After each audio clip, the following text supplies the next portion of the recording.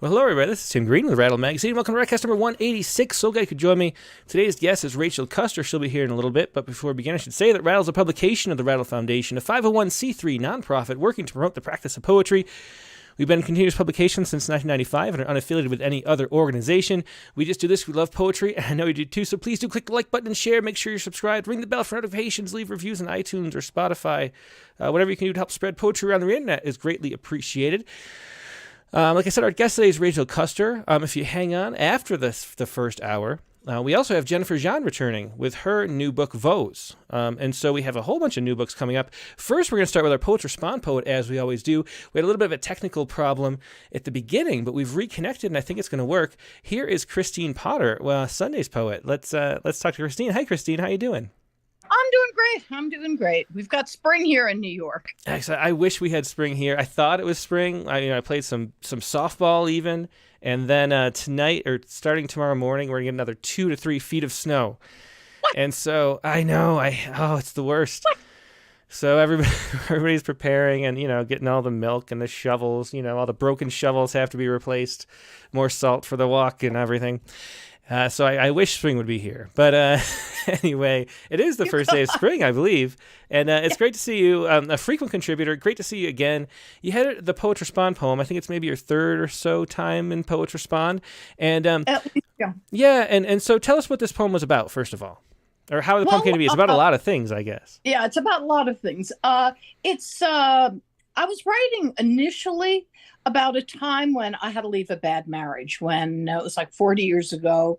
I was a very young woman. I was in grad school, and I had a really mean husband, and it was a nasty divorce, and it took me a while to get over it. And in fact, I couldn't even write about it for a really long time. I was able to write about it probably like 20 years after it happened. I mean, it was bad. Mm-hmm. And I sort of see what's going on in Ukraine as sort of a divorce from Russia. They wanted out. They were being abused. So the Russians launched the meanest lawyer in the whole world on them, basically, and started wiping out cities. I mean, metaphorically. I started writing this thing. There was this memory that I have, and I've written about it several times, where I actually never saw my ex-husband after I walked out on him. Never. Oh, wow. Mm-hmm. Never. We communicated on the phone a few times. I had to talk to him about taxes, but I never saw his face again. Except there was this one thing that I describe in the poem, where there was a lake up at Fonstalk Park, which is a bit north of here in New York State. And we used to both like to go swimming there. And I used to like to lie in the sun and read and write and stuff like that. And I had been up there, and I was leaving, and I was getting back into my car, and I felt someone looking at me. And it might have been him, and it might not have been. It sure looked like him. He didn't talk to me. I didn't talk to him. He had these John Lennon eyeglasses, and I remember recognizing the eyeglasses and kind of freaking out. And I have notes about that. I've used that in other poems that I never finished. And I was writing about, I was doing a 7 and 7 with some friends of mine at the Waters. And I wrote this last week, actually. Mm-hmm. And I realized it was about Ukraine. Yeah, really interesting metaphor there. Do you want to go ahead and read it? Then we'll talk a little bit more about the poem. Sure. Okay. It's called Revenge. My problem is I don't want it, even on my ex, who flung the wicker lid of a laundry hamper after me the night I said, "Now you've made it easy," and left. I never saw his face again, really, unless maybe once in the parking lot at a lake we both liked, his round silver glasses flashing August 3 p.m. sun 60 feet away. He squinted. I felt a familiar lurch in my stomach even before I looked back at him. Or someone else. I'm still not sure. 40 years ago. I never want revenge. And it wasn't easy. His lawyer was ferocious, served me papers over a dictionary, a few LP records, and a chili pot that Christmas Eve. Believe me, I couldn't even shoot Putin. I'd probably just insult him, get myself jailed for keeps. I feel bad for people. I'm a snowstorm like today's snowstorm. Wet, torn up newsprint, wind spiraled, worrying only our bamboo, which blew through its boundary pots last summer. And now it's all set to invade everything.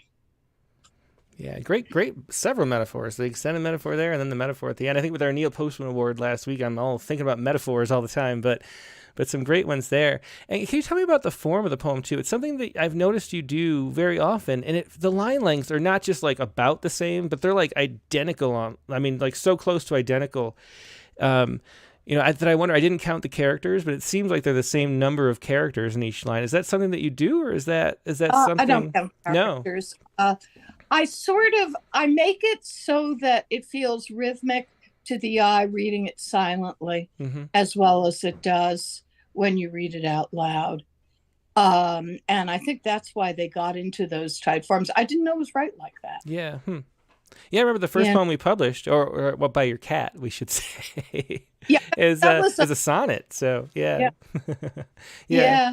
Yeah, look up that sonnet by Molly Cat Jones, which is very funny, personified sonnet. But Christine, always a pleasure to have you on and talk to you. Great to have this poem. Just great metaphors and a really interesting poem.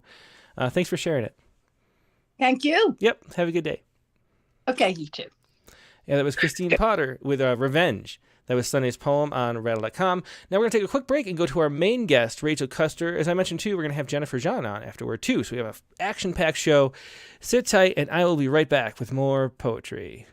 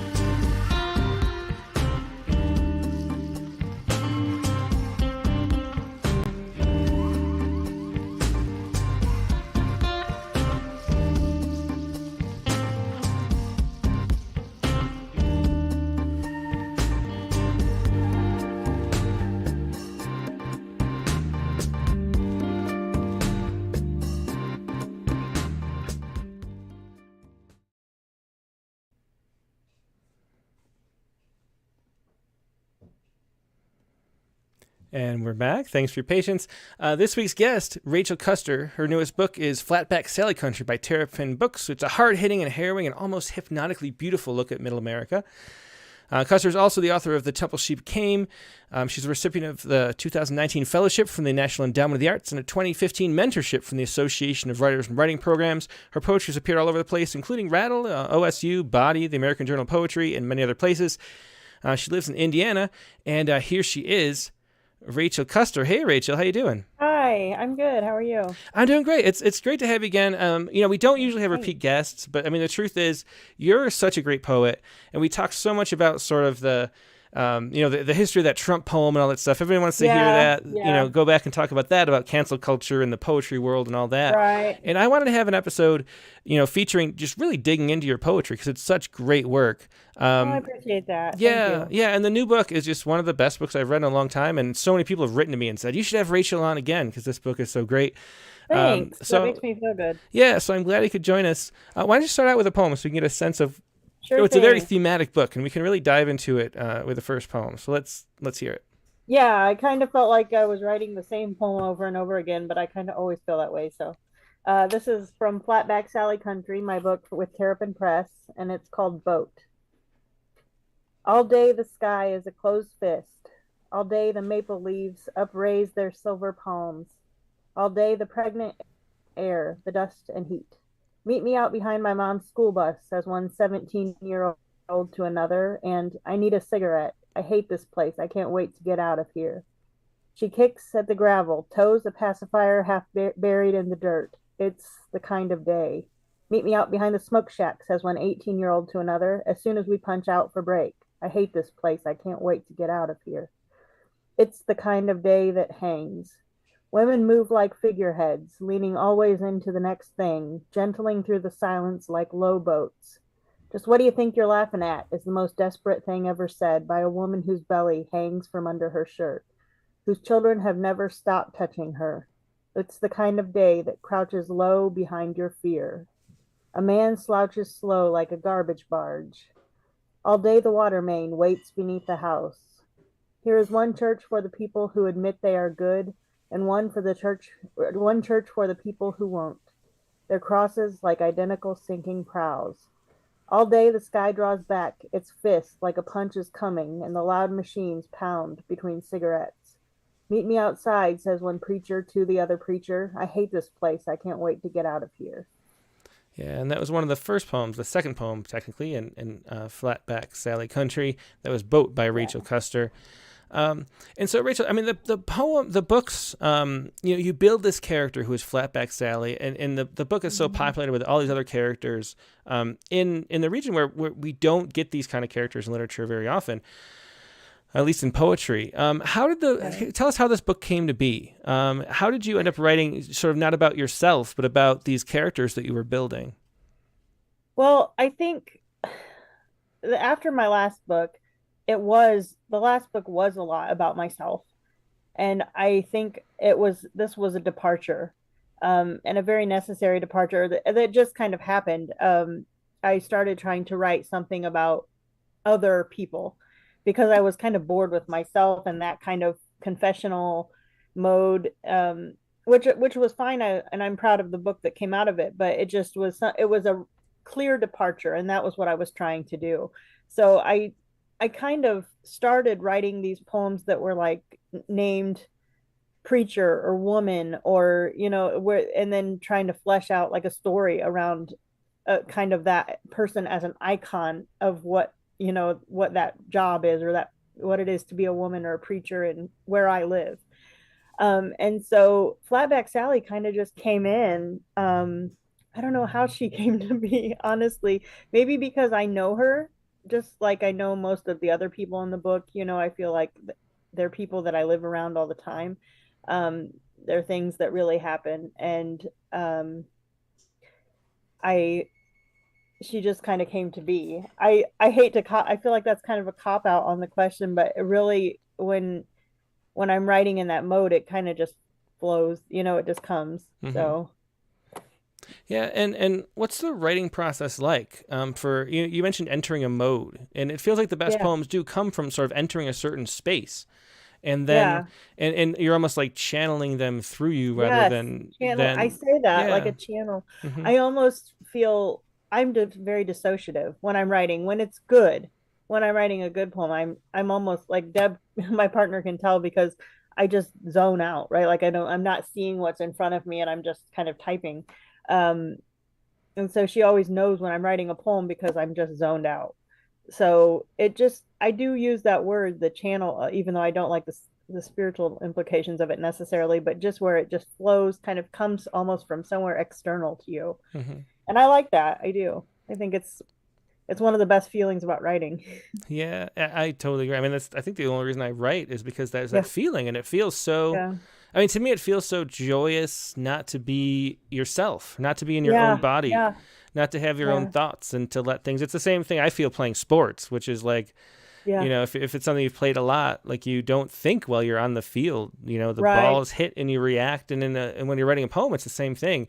And I think it Muscle comes from, memory, yeah, right? exactly. It's like muscle memory, Almost. but what muscles are we working is the fascinating thing with poetry. Have you thought about that? About where that might be coming from, or how it actually works, that you get into that mode of channeling, or however you want to describe I it? have thought about it, and I think that's why it's so important to me that when I write, the things that I write are true, because um I don't want to channel anything, I don't want to bring in anything false, and say it as if it's the truth. And so that's the big thing for me, is that if you're going to bring in something that's not from you, you better kind of know where it's coming from, Hmm. and that's why I really try to engage with the truth, because I want to make sure I'm not channeling through anything that's, not. It worries me sometimes, because it doesn't worry me. I shouldn't put it that strongly, but it's that feeling where you're almost not even there, is it's so powerful. So at one time it feels very good, as you've said, and that's kind of why you write. But also, where's it coming from? It's a concern. Yeah, it I is. I still do it. mean, yeah, I don't know. I mean, I've wondered. It makes me wonder about things like the collective unconscious, or I don't know Yeah. how, what kind of connections we have. Yeah. Um, yeah. Because it's like you bring in, sometimes you'll say things that you didn't even know that you knew were Hmm. true. And then you think, wow, that's really true. That's a truism.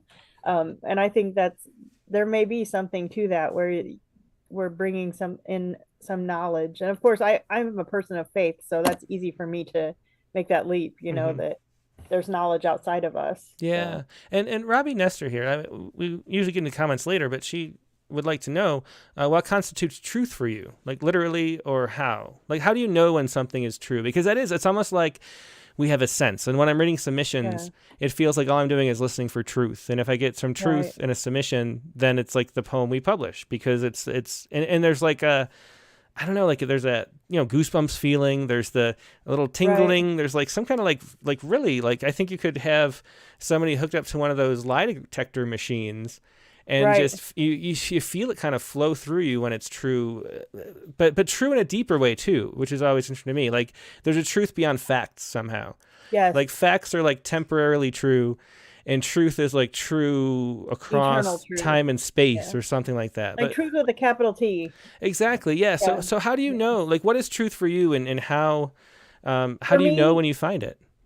and I always remember, there's a Bible verse. Jesus claims, I am the way, the truth, and the life, right? So to me, that is the ultimate truth, is Jesus Christ in this world. And I think everybody knows by now that I'm a Christian. And so I'm not going to spend a lot of time proselytizing, but that is, I always keep in my mind, is this something that is, I believe to be true in the light of my faith? Hmm. Um, that said, I'm sure that there are things that I've said in poems that people think that's just asinine. You know what I mean? And so I get that too. I do think there is big, capital T truth, but I also think there's a lot of room to move inside, in a poem, because people, small T truth, we don't always share those. Uh-huh. Yeah. So Um. that's where I get it. Yeah.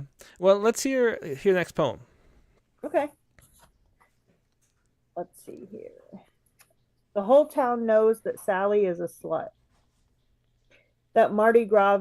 Oh, is that the right one or is that the wrong one? I I had property next, but you can do whatever you property. want. I'm sorry. Let's do property Okay. then. Okay. She had a man. They lived alone behind the turned back of the world. They lived alone around the edge of things, rooted their muffled way through long days. He called her baby, and sometimes come here, and sometimes you stupid bitch. His smile a canyon filled with small bones. The cold world was her old man in the cold shade of his old grave, whispering, Darlin', dance with the one that brung ya. Move in the shoes that first rod your heels. Nothing fills silence like a dead father's voice or a single rifle crack. She had a man. She lived alone, danced alone in the long shade of his fear. They dug their way through life. Baby, he told her, and he bared his teeth at the air next to her eyes. If I ever catch you with another man. He smiled like her father when she caught him slipping his hand up another woman's Sunday dress. The theater of his teeth, she had a man. Baby, he said, and her need for him was a constant atonement of hands. His body the earth, her life a tunneling. Yeah, that poem is a great example of just how great your poems are and how they stand out. And it's for Thank you. lines like his smile, a canyon filled with small bones, and then later you come back to it, the theater of his teeth. Thank And how do lines like that come out? Is it through the revision process? Is it part of that channeling where it just does? Yeah, it just I think it just does. I sometimes I'll come back and revise a little bit, but I got to be honest, I don't do a lot of formal revising. It I may work on some diction and where I'm breaking lines and stuff, but when a poem when I'm writing well, when I'm writing when I'm where I want to be, it kind of just falls out. You know what I mean? And so I make some changes, but the basic lines are there. The thing that I think worries me more is that I'm writing the same thing over and over. I feel like I'm perseverating. You know what I mean? Uh-huh. I have Yeah. a thing like teeth. I have a thing with teeth. They keep showing up. I don't know why, but so those that may be where some of the lines come. And sometimes I'll think ahead of time and a line will come and then I'll write the poem around it. You know what I mean? Or a line or an image. So Hmm. they kind of just come. Yeah, well, I mean, I definitely, most poets that we talk to on here, I don't relate to their process, but that's exactly how it feels to me.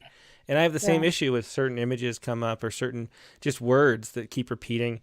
And the, Yeah. the manuscript that I have now, there's grass everywhere. I don't know why. Like grass is some extended metaphor. Like there's grass again. Yeah, it just is. And I don't know why. Because when you're letting yourself go, I think it's your subconscious speaking or Hmm. your right brain or however you want to define it.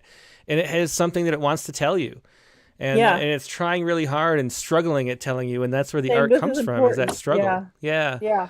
Yeah. So it's interesting. And I don't revise much either. So it's the same kind of thing where it's just either you get into the flow of a poem or you don't. And if you do, a poem comes out. And if you don't, nothing comes out and you're mad at Yeah. yourself. And if you don't, you throw it away. It's trash. It's either that's kind of the way. I mean, if it's not clicking, then I those are poems that don't usually see the light of day. Hmm. Um, so it's not like I take a poem that it wasn't working and revise it and change it. I have occasionally, but for the most part, those poems are just poems I'm writing on the way to writing a good poem.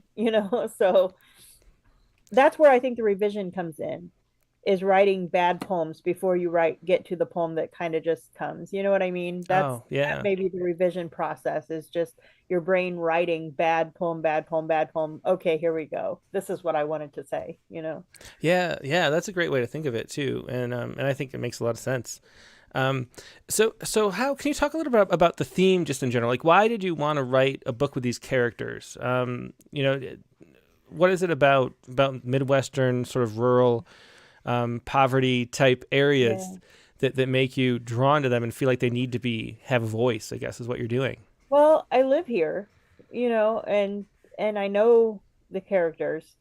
Um, though they are a little bit mythologized, it's kind of larger than life, but a lot of people are.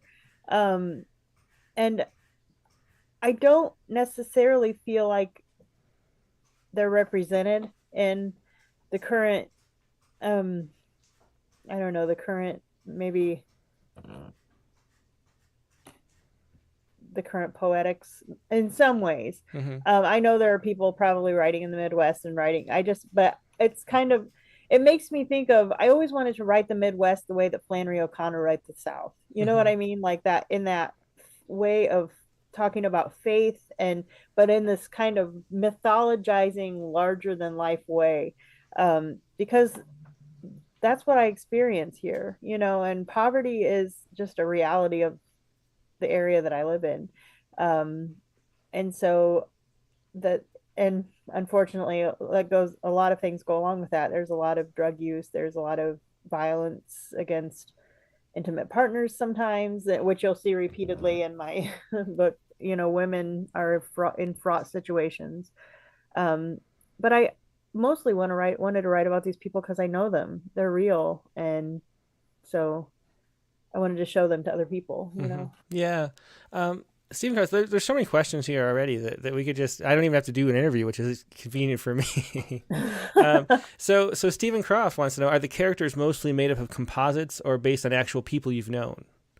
Composites, I would say, mostly. I take little things from people that I've known, that may little details of people that I've actually known, but for the most part, they're kind of, like I said, I wanted to make them kind of mythologized. And so I kind of started out with, like, I'd start out with a title like Farmer. And then I wanted to do this kind of portrait of a farmer, but of a farmer who, had this story. And so I wanted to tell his story, but it's not any specific farmer that I know, you know what I mean? But it could be. That's the reality. And that's why I wanted to tell the story, because I know people who have been through these things. Mm-hmm. Yeah, Mark Danowski mentions the Spoon River anthology and Edgar Lee Masters, which is a similar type book. I don't know how many years ago that is, like 80 years ago. Were you thinking about that at all too? That character composite thing that he was doing? I am unaware of that. Uh-huh. So, well, you should check it out. Yeah. Spoon River Anthology. I'll Mm-hmm. check it out. Yeah, I think if I remember right, it's like people in his town, and so each poem is like the Awesome. postal worker and the Yeah. and some people have names and some people don't. It's been years and years since I read it. I love that. Yeah, yeah, it's interesting. Let's hear the poem. I want to keep them rolling because they're so Keep it good. going. Okay. Yeah. Let's see here. I think Sally considers taking the train away is the one that I had. Yeah. Behind its whistle, the train gathers her gaze, skipping like a pebble toward any place else, as if away was a place she might belong, as if away was a song. Sally's eyes desired a city full of men to pocket their cries like afterthoughts. In the city, no man loves you like a countryman loves you, with cold hands roughened by early work. What woman needs it anyway? That particular gentleness men save for mornings after fields. City, a proliferation of eyes unmet. City, a nakedness, strutting around like God knows who might see. And that was Sally considers taking the train away. Yeah. Another poem from Flatback Sally. Sally being that main character that's She wants composite. to get out. Yeah, she definitely wants to get out. She wants Everybody a lot of things. wants to get out, Yeah. And I think that's very much me. There's a part of you I think there's a part of people who live in any place that feel like, God, I want to be somewhere else. And yet this is home. You know what I mean? And so I think there's that tension in the book where everybody wants to get out and no one leaves. Yeah. So let's see. And Robbie Nestor asked too. Here's another Robbie Nestor question. She's got good ones today. Yeah. Thanks for joining us too, Robbie. I haven't seen you in a while. Is there something you want to say, or do you find out what in writing the poems? Is that one of the things? Do you think you're seeking truth and seeking meaning, or is there something that you want to say to start with? I think I'm seeking. I think I'm seeking truth and maybe resolution. Yes, meaning definitely, but it does kind of tell me as I write it, or you know what I mean. And so I don't start out. If I start out with something I want to say, I usually write a really bad poem. So what I usually if I start out with an image or a thought, like a line sometimes, or sound. That's another thing I did with this book, was kind of a little bit more of the rhyming and some of the work with form. Even if I start out with that stuff, I tend to write away from what I want to say didactically, and the didactic stuff just doesn't work for me. If I start out wanting to make a point, I end up with crap. Yeah. Well, let's do another poem. Okay, this one is called Song. A woman alone in the boat of a man. A woman a moan in the throat of a man. Brief stone afloat in the moat of a man. Secret sewn into the coat of a man. Note a man. How he struts down the road of a girl. How his rough voice cuts the ode of a girl. What's she owed? Not the world, he's made of her fear. Not the shade of him here where she's paid with her tears. In the game, so she thinks as she drinks one more beer. In the game, yes, but think who will pay for the child? Make a way for the child. How she prays for that child, so wild. The dirt on her knees is a cry for a life where to live will mean more than to die. Goodbye is the bone in the throat of her now, a huge stone sinking the boat of her now, while she stands in the bow, child in hand, singing the last mournful note of her now. Yeah, and there's another poem, a song from Flatback Sally, and that poem has a boat image too. And I was thinking, while reading the book, about the way, that sense of escape. And I was wondering if maybe the image of the boat is that, both Noah's Ark is a way to survive this, the rising waters of poverty and what life is. Catastrophe, yeah. Yeah, and then, and will the boat come and how to make the boat? And those are the kind of questions that come up. Is that something that you consciously do? Is there anything that you consciously do, or is it all just flow? No, I think there are conscious things that I do. I just think that I tend to do the conscious things repetitively. So it's like you'll see the same, and this book really is kind of looking at something from different angles. You know what I mean? And so um I I did consciously work with ways of escape in this book. And because I think, and one of the interesting things about that is that I wrote it mostly when I had just moved back to the place where I grew up. And so maybe that was kind of where all those modes of escape were coming in. Um, because there's tension there, for me. And I think that's interesting with the Noah's Ark. That's funny. I would have never thought of that. But you think of it like salvation, kind of. Yeah. Yeah, exactly. So what do you think the future holds for the Midwest? And I wonder too, especially recently with AI coming out, sort of taking all the so many more jobs in the same way that I think it's going to be something similar to when all the industrial jobs left. Yeah. And so the rest of the world, the cities are sort of facing what the rural areas that relied on factories face now, because all those professional jobs, so many of them are not going to be needed anymore. Yeah. With AI writing copy and proofreading and doing so many things, lawyers and doctors and all sorts of jobs are going to be taken away. What do you think? I mean, I don't know. One of the things I think that we need a reason, we need a why to live, and I always think about it the way in this country anyway, we say like, what do you do? And that means what work do you do? And there's a way that's it's so embedded in our psyche because our sense of worth is work. And I think those words are probably related etymologically.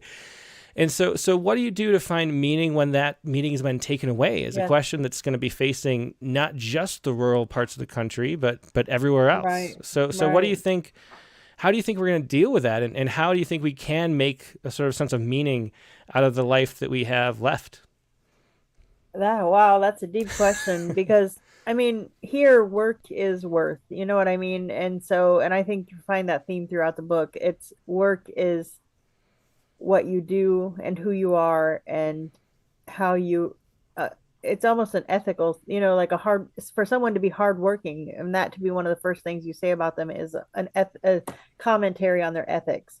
We're very much in the Protestant ethic Bible Belt here, but I think there has to be, to find meaning. I think a lot of people are looking at kind of a decentralization of meaning, if that makes sense. So there's kind of this movement to be closer to the land, maybe, and homesteading and doing all these kind of things that are raising animals and hunting and things that people here have always done.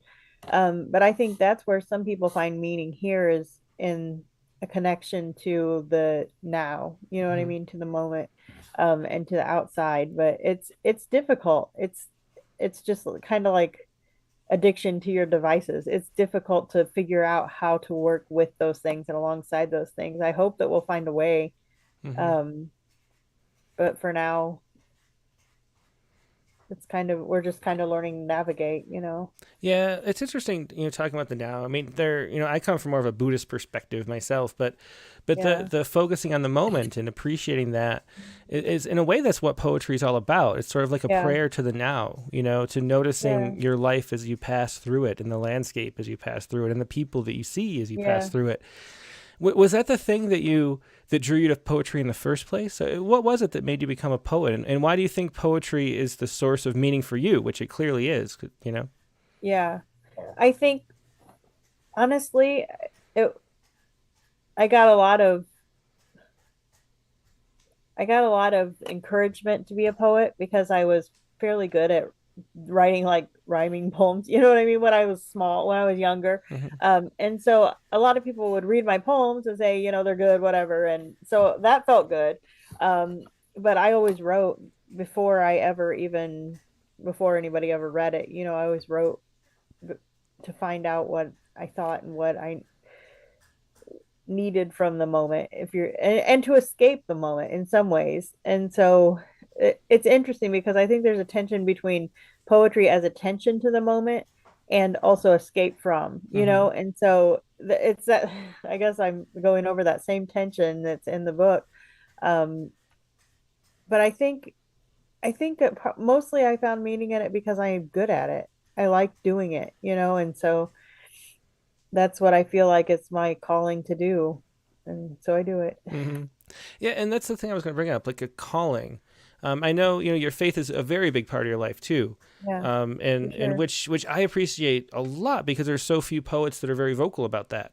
And so Yeah, it's interesting, just your perspective on that is somewhat unusual. We had Chris Sanderson on, the Catholic deacon, about a year ago. But there are very few people who are that openly spiritual and yeah, that openly religious. yeah. And how much of that plays into your poetry? Is that something that you feel like called to do in that religious way? Yes. I think and especially because I think people misconstrue what religious slash spiritual poetry is or can be. Because a lot of people I think feel like, well, if it's religious or spiritual, it's going to be that, you know, smarmy, like kind of Hallmark verse. And I think there are religious poets working who are, and I've met more since I've, kind of been getting to know people, who are writing about the tough stuff, who are wrestling with God and wrestling with the real truth of religion and the difficulty in life and how, that stuff, it's not an easy answer by any means. And so that to me, it's absolutely a calling. And I think a calling to be the person who talks openly about God and about Jesus, and that this is something that I found that's true, Hmm. big T truth, objective truth. And so to write well about it is important to me. Yeah, it's interesting you mentioned that word wrestling because I think if I remember right, I think the word Israelite or Israeli Yeah. means Yeah. to wrestle with God. He who It, wrestles with God. Yeah, Yeah. exactly. And I remember getting that feeling. I don't know how much we talked about this with the two interviews we did with Chris Anderson, but it's so clear that he's wrestling even as a deacon, Yeah. Yeah. and that's what makes his poetry so compelling is that he, acknowledges and dives into his own, the difficulty he has at maintaining Right. faith and Right. the problems with the world that make you sort of question how God could do this Yeah. and all Yeah. those big things and what our place is and how how much suffering is Yeah. part of a plan and how could that be the plan. Yeah. And How so do you believe with that? How do you do it? Yeah. yeah, exactly. So what other poets? I mean, I think Mark Jarman is another great one with Unholy Sonnets. What other poet what other poets do you recommend that do that kind of wrestling with Oh my faith? gosh, you're putting me on the spot here.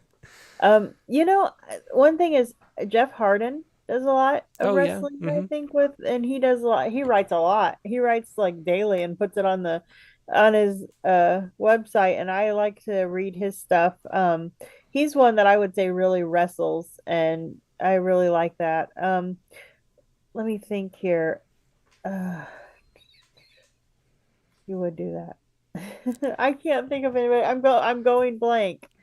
Well, that's all right. Well, we have a few that we've listed we can point to. We did have a Poets of Faith issue, and I know, and as soon as I get off of here, I'm probably going to think of like five of them. But I have run into one thing that I really enjoy about writing about God is that people who like poetry will then talk to me about God and the the part that I've put into the poems about God. And even if they're not a Christian, or if they're I've had atheists who have told me, things and talked to me about it. And I like that. I like that dialogue. And I think that that's so important to me as to why I put God into my work, because then people will come and will talk about it who you wouldn't necessarily think, because they're coming at God from poetry rather than the other way around, and I think that's so cool to me. Like that's the calling piece of it is,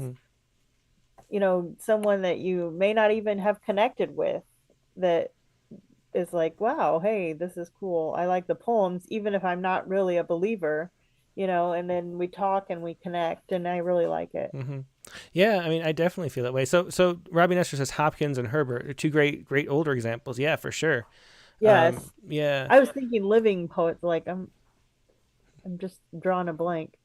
Yeah, there's not that many. I think we talked about before, if I remember right, on the last episode, about finding places to publish that are more religious. Have you come across that and getting actual, sort of our kind of poetry into more religious settings? So there's a huge community that doesn't have much, contemporary poetry anyway. Yeah, I know there are places that publish. I guess it's hard for me to think of my poetry as religious poetry. Yeah. Because I still am pretty rooted in the secular world, I think. Or, I still kind of, and I have a tendency to kind of get a little rough with my language. So, but I know that there are places that do publish like Christian verse.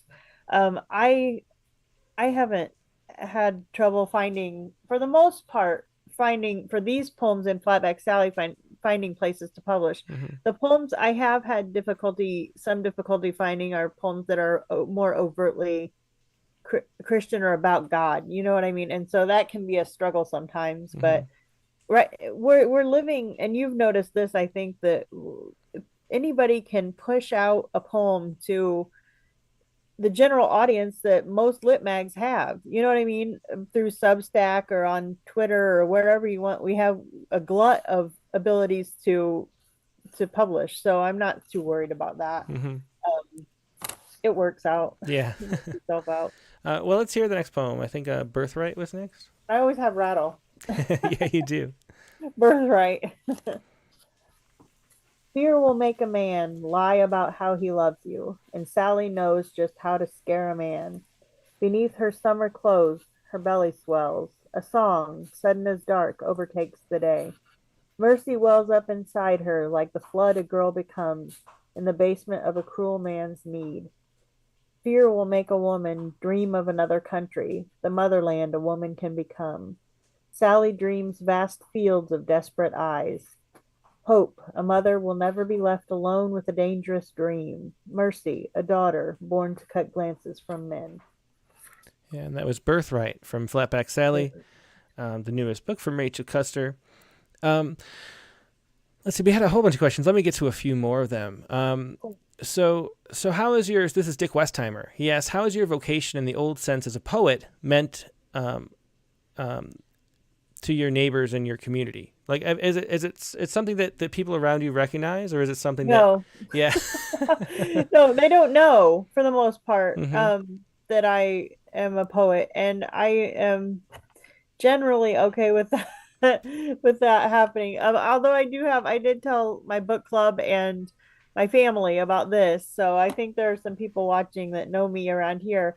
But in general, it's not one of those things I find that comes up in conversation real often. I mean, it's funny because when we talk about what you do, you know what I mean? Like, people will say, I work here, and I guess I may say I'm a poet, but that it seems almost more like an avocation to me. So they just don't know in general. Mm-hmm. I've thought about kind of going to the local coffee shop and asking if they want to carry my books or something, but it's an odd disconnect. There's like my people here that I live around, and then there are all these poets online. So sometimes my friends here will say like, those poets are crazy. The poets are on your Facebook. So they see the stuff, but there's kind of a disconnect. Mm-hmm. Do you have any idea or thoughts about how to bridge that disconnect? I mean, the whole point of Rattle is that we think that everybody should be reading and writing poems, because I think it's a worthwhile spiritual thing, to have that kind of prayer, whether or not it's a kind of prayer to write a poem, and it's to hear someone's prayer to read a poem, and those are such important things, whether you're a person of faith or not, to have in your life. And there's very few avenues, and decreasingly, fewer and fewer. And so I think poetry is so important, especially as we move forward into the future we were talking about, where the problems of the rural Midwest and other Rust Belt type areas, like my hometown of Rochester, with Kodak leaving, that's all coming for Los Angeles, and so we're all gonna have to deal with this, and deal with it in a way that's not becoming addicted to meth and fentanyl. Right. And so there's a problem, or drinking yourself to blackout every night. Yeah, exactly. And so there has to be a solution, if we're gonna save our humanity from our own sort of invention. And I think you're maybe just more of an optimist than I am. I'm a little bit critical of I want to believe that poetry makes that kind of difference in people's lives. Because obviously, why would I write it if I didn't think that it had some kind of power? But I guess I could do better at trying to spread the word, about poetry. I kind of feel like here's this hesitation for me. I almost don't say anything on social media anymore unless it's directly related to like my book and stuff like that. And that's because when I read a book, I don't want to see the stupid opinion the author has about politics. You know what I mean? Because to me, the writing is what matters.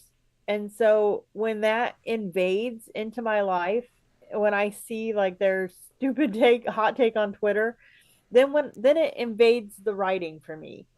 And it can make me pull me out of the writing, and I really just want to lose myself in the writing. And so I think that's where my hesitation to let it kind of infiltrate my here life has been, because I feel like people know me already in a way, and hear my stupid hot takes, and see me struggling through life in my sweatpants. And I'm not sure how, I guess I'm just kind of afraid. I'm not sure how it would be received, Yeah, it's interesting. I mean, do you feel like the death of the author, that type perspective, that we should, not just try not to know much about the private life? I want it. Yeah. Yes, I want everybody to just shut up. I don't want to read, and because I feel that way as a reader, I feel that I try to shut up as a writer, because of course that hasn't always been my MO. We know that. And so people have ideas of me, and I hate that there are people who will never experience my poetry or even want to, because of some stupid off the cuff thing I said that had no bearing on anything. You know what I mean? Like, my opinion on politics matters not at all to anything.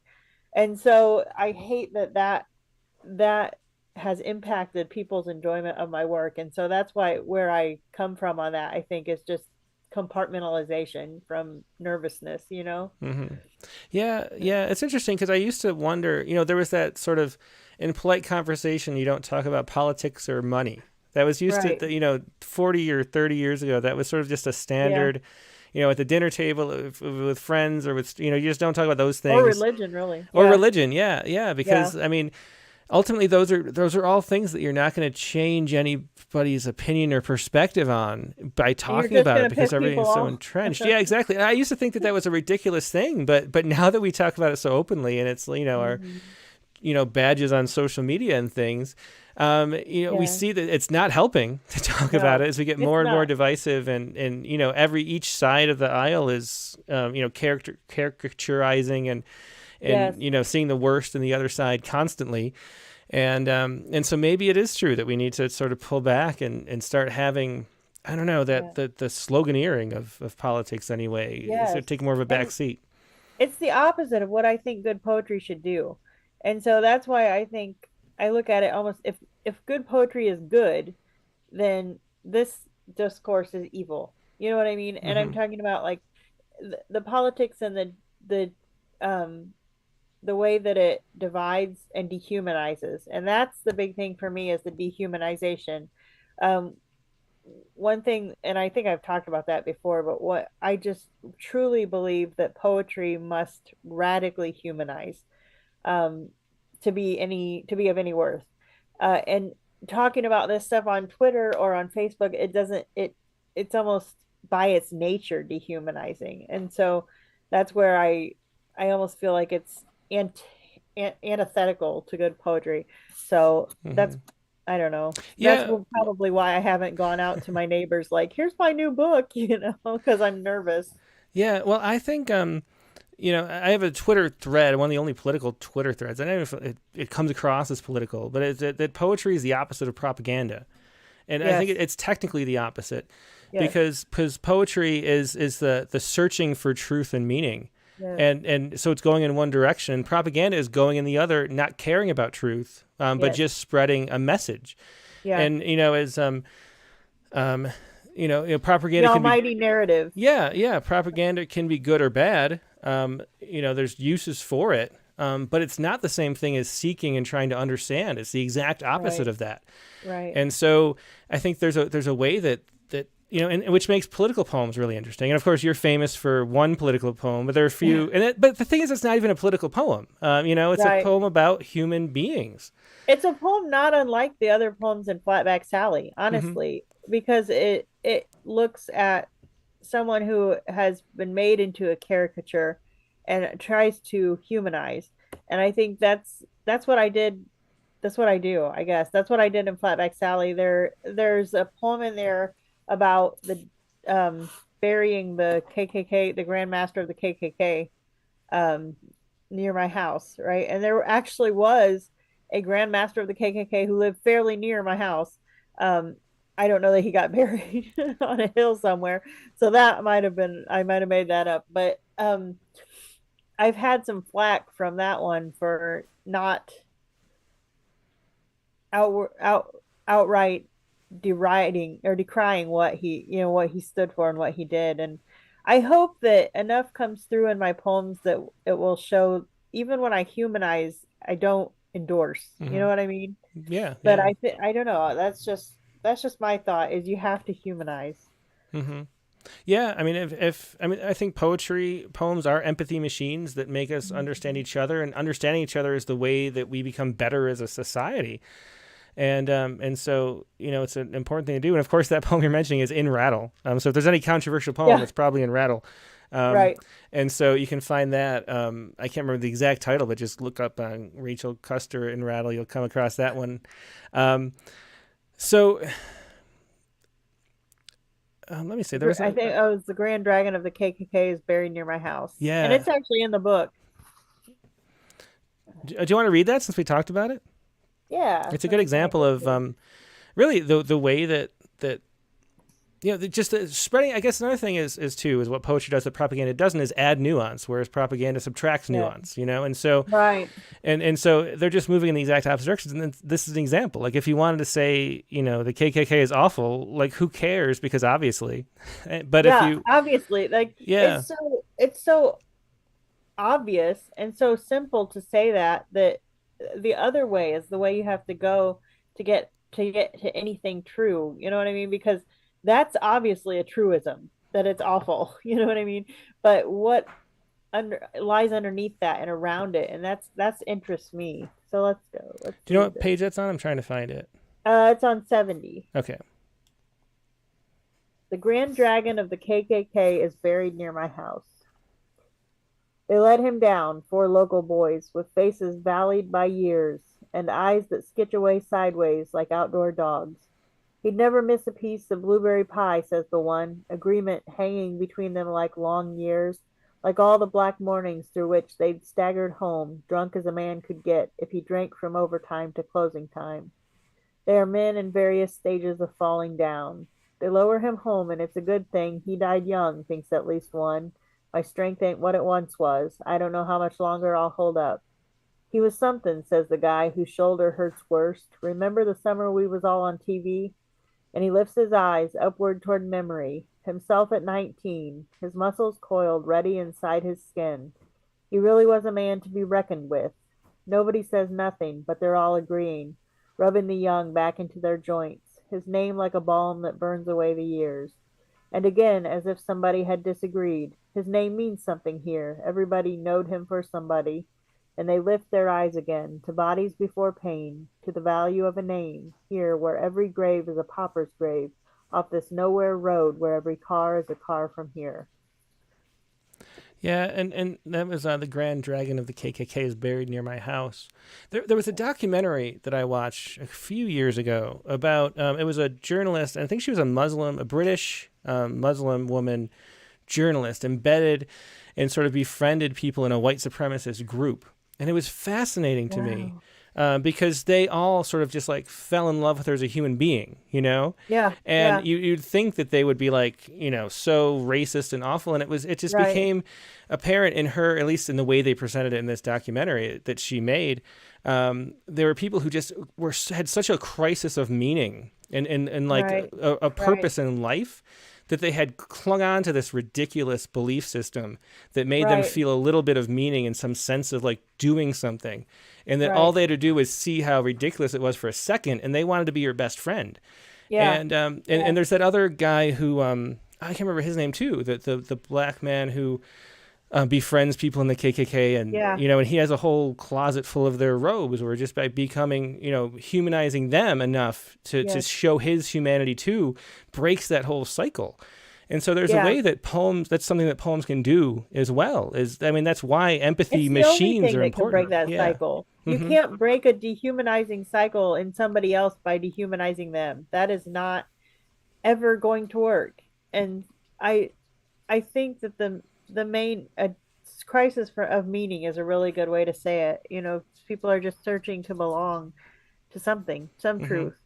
Yeah, and I hate to say it, you know, as an atheist or an agnostic, but it goes back to the Nietzsche. You're not a great atheist. Yeah, I'm not very good at it. But you know, God is dead, and if you read Nietzsche, you know, all of his writing was about what was going to happen to us once we take out God and we're sort of lost at sea, clinging to whatever scrap of floating wood we can find in the debris.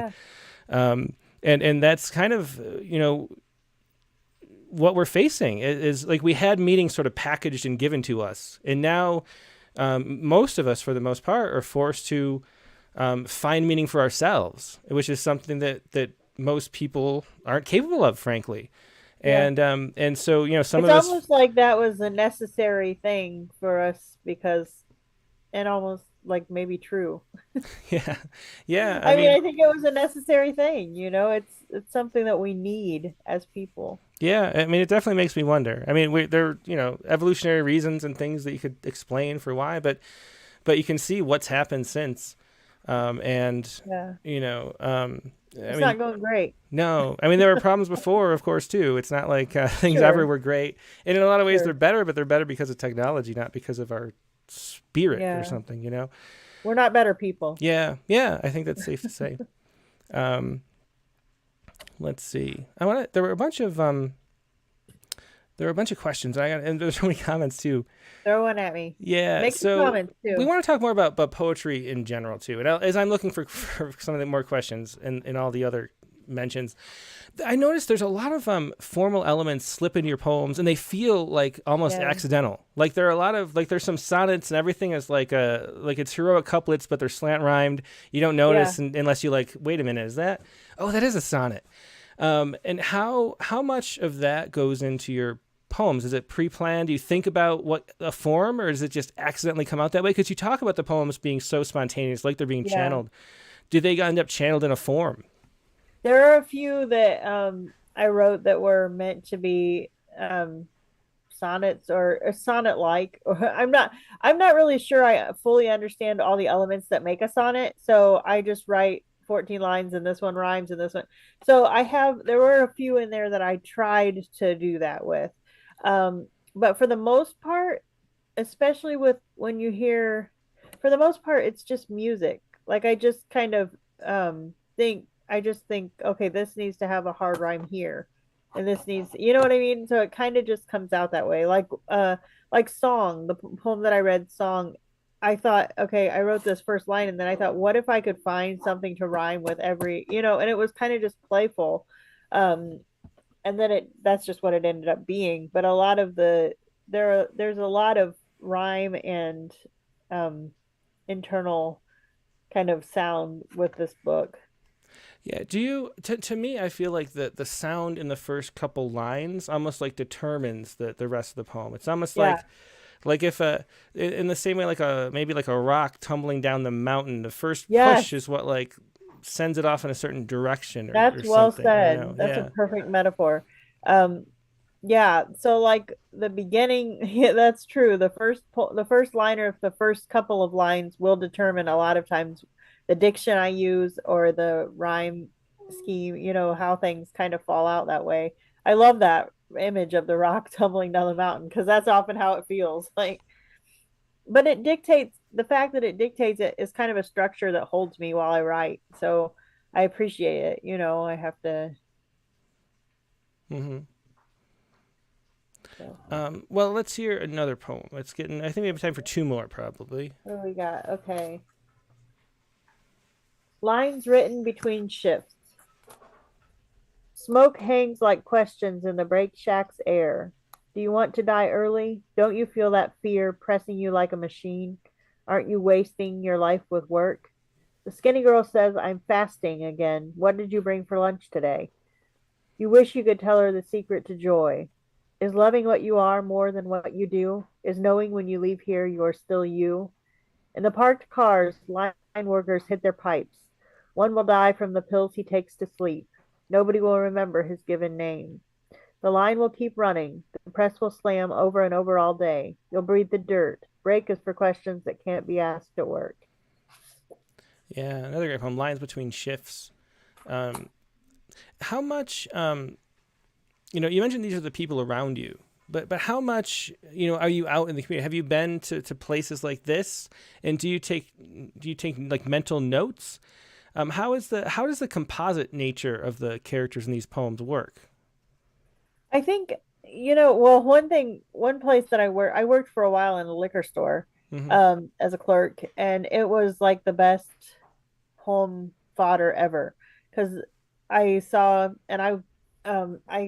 people every day and talked to them about their factory jobs and but part of the thing like hitting the pipes in between like at lunch, there really is a an epidemic here where people are using drugs to work their bodies past the point that they're able to work. You know what I mean? And so there are things that are going on here that I don't necessarily know the specific person, although I do know specific people, but I don't always know the specific person or situation that happened, but I know that it is happening, if that makes sense. Mm-hmm. I have obviously been to factories. I've been, to churches, country churches, and so I've lived here off and on all my life. Um, and so I kind of just make it up as I go along, but take it from the news. You know what I mean? The headlines of the day, and in a town this size, nobody gets away with anything. Uh-huh. Like the Tommy Two Fingers poem. There actually is a guy named Tommy Two Fingers in my town, or nickname that. I'm not sure I should have said that because I don't know that he likes that nickname. But and he did lose it in a factory accident. Mm-hmm. So those are peppered throughout, kind of. The Yeah. dogs out. Come here. So Robbie Nestor, or let's see, where was I going? The other thing I wanted to ask about too, and I'm trying to find, I think someone mentioned in the comment, but that wasn't it. Your poems take big leaps too. There's sort of a lot of transitions and cuts and a lot of movement. And sometimes the poem is, a lot of times in the critique of the week that we do on Friday, we say, like, this poem's great, like, they're great descriptions, but it didn't go anywhere. Like, there's no sense of, like, something changing to something else, like some turn. Right. And sometimes your poems have multiple turns, and it feels like very natural to you the way that you do it, the way you leap from one thought to another, and then sometimes come back and sometimes not. There's a very free way that you move about in poems.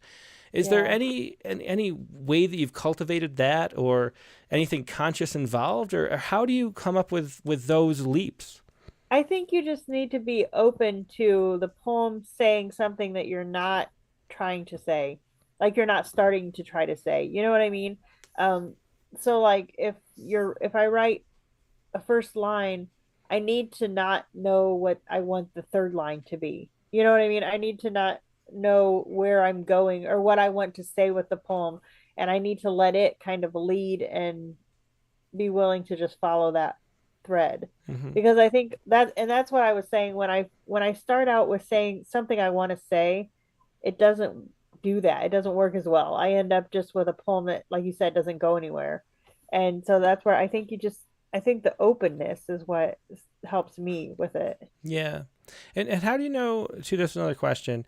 I've given up looking back at the comments, but another question, so I can't say who asked, was how you know a poem is done, how you know that it's one for the keeper, for the book, for publication, and not for the trash bin, like you said before.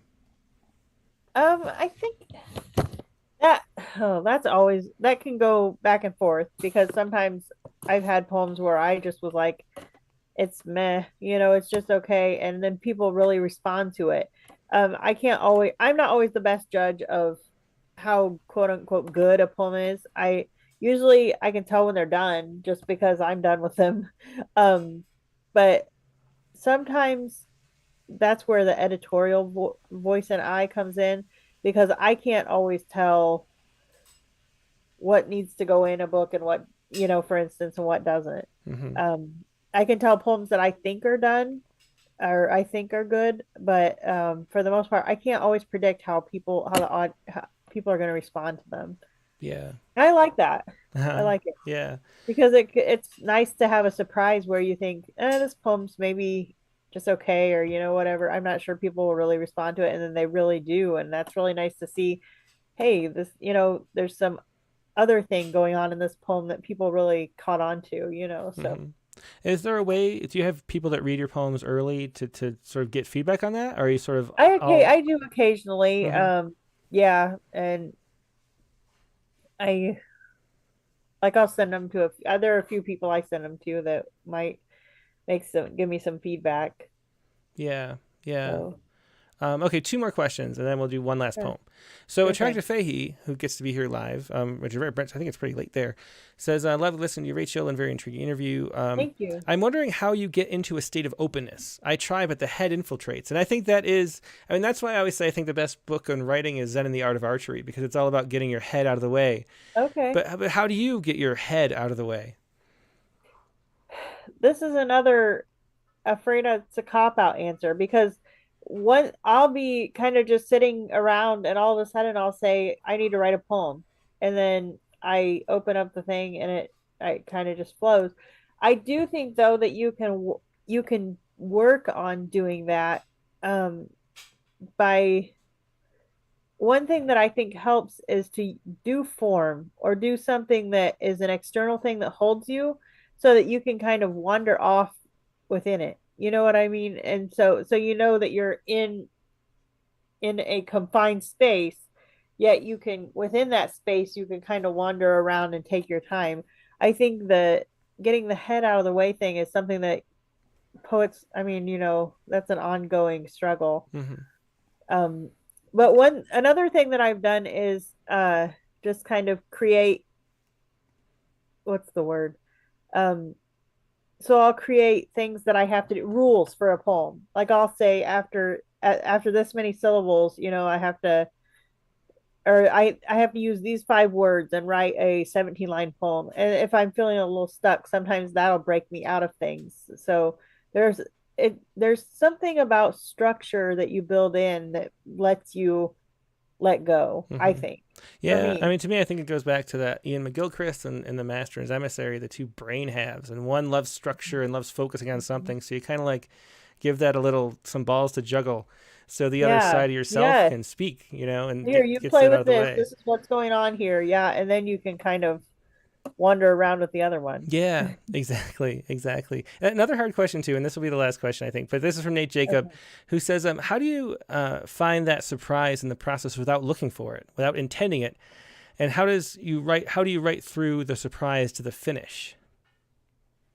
Whew, these are hard. I mean, You hard know, for us because we the way we write, I think we just kind of let it. yeah, I kind of Yeah. just do it. I mean, and I hate to say that because I think that I it really is not me. It's not all me. You know what I mean? And so I almost hate to put that out there that way because I think it's people seem like, okay, well that doesn't help me at all. You know what I mean?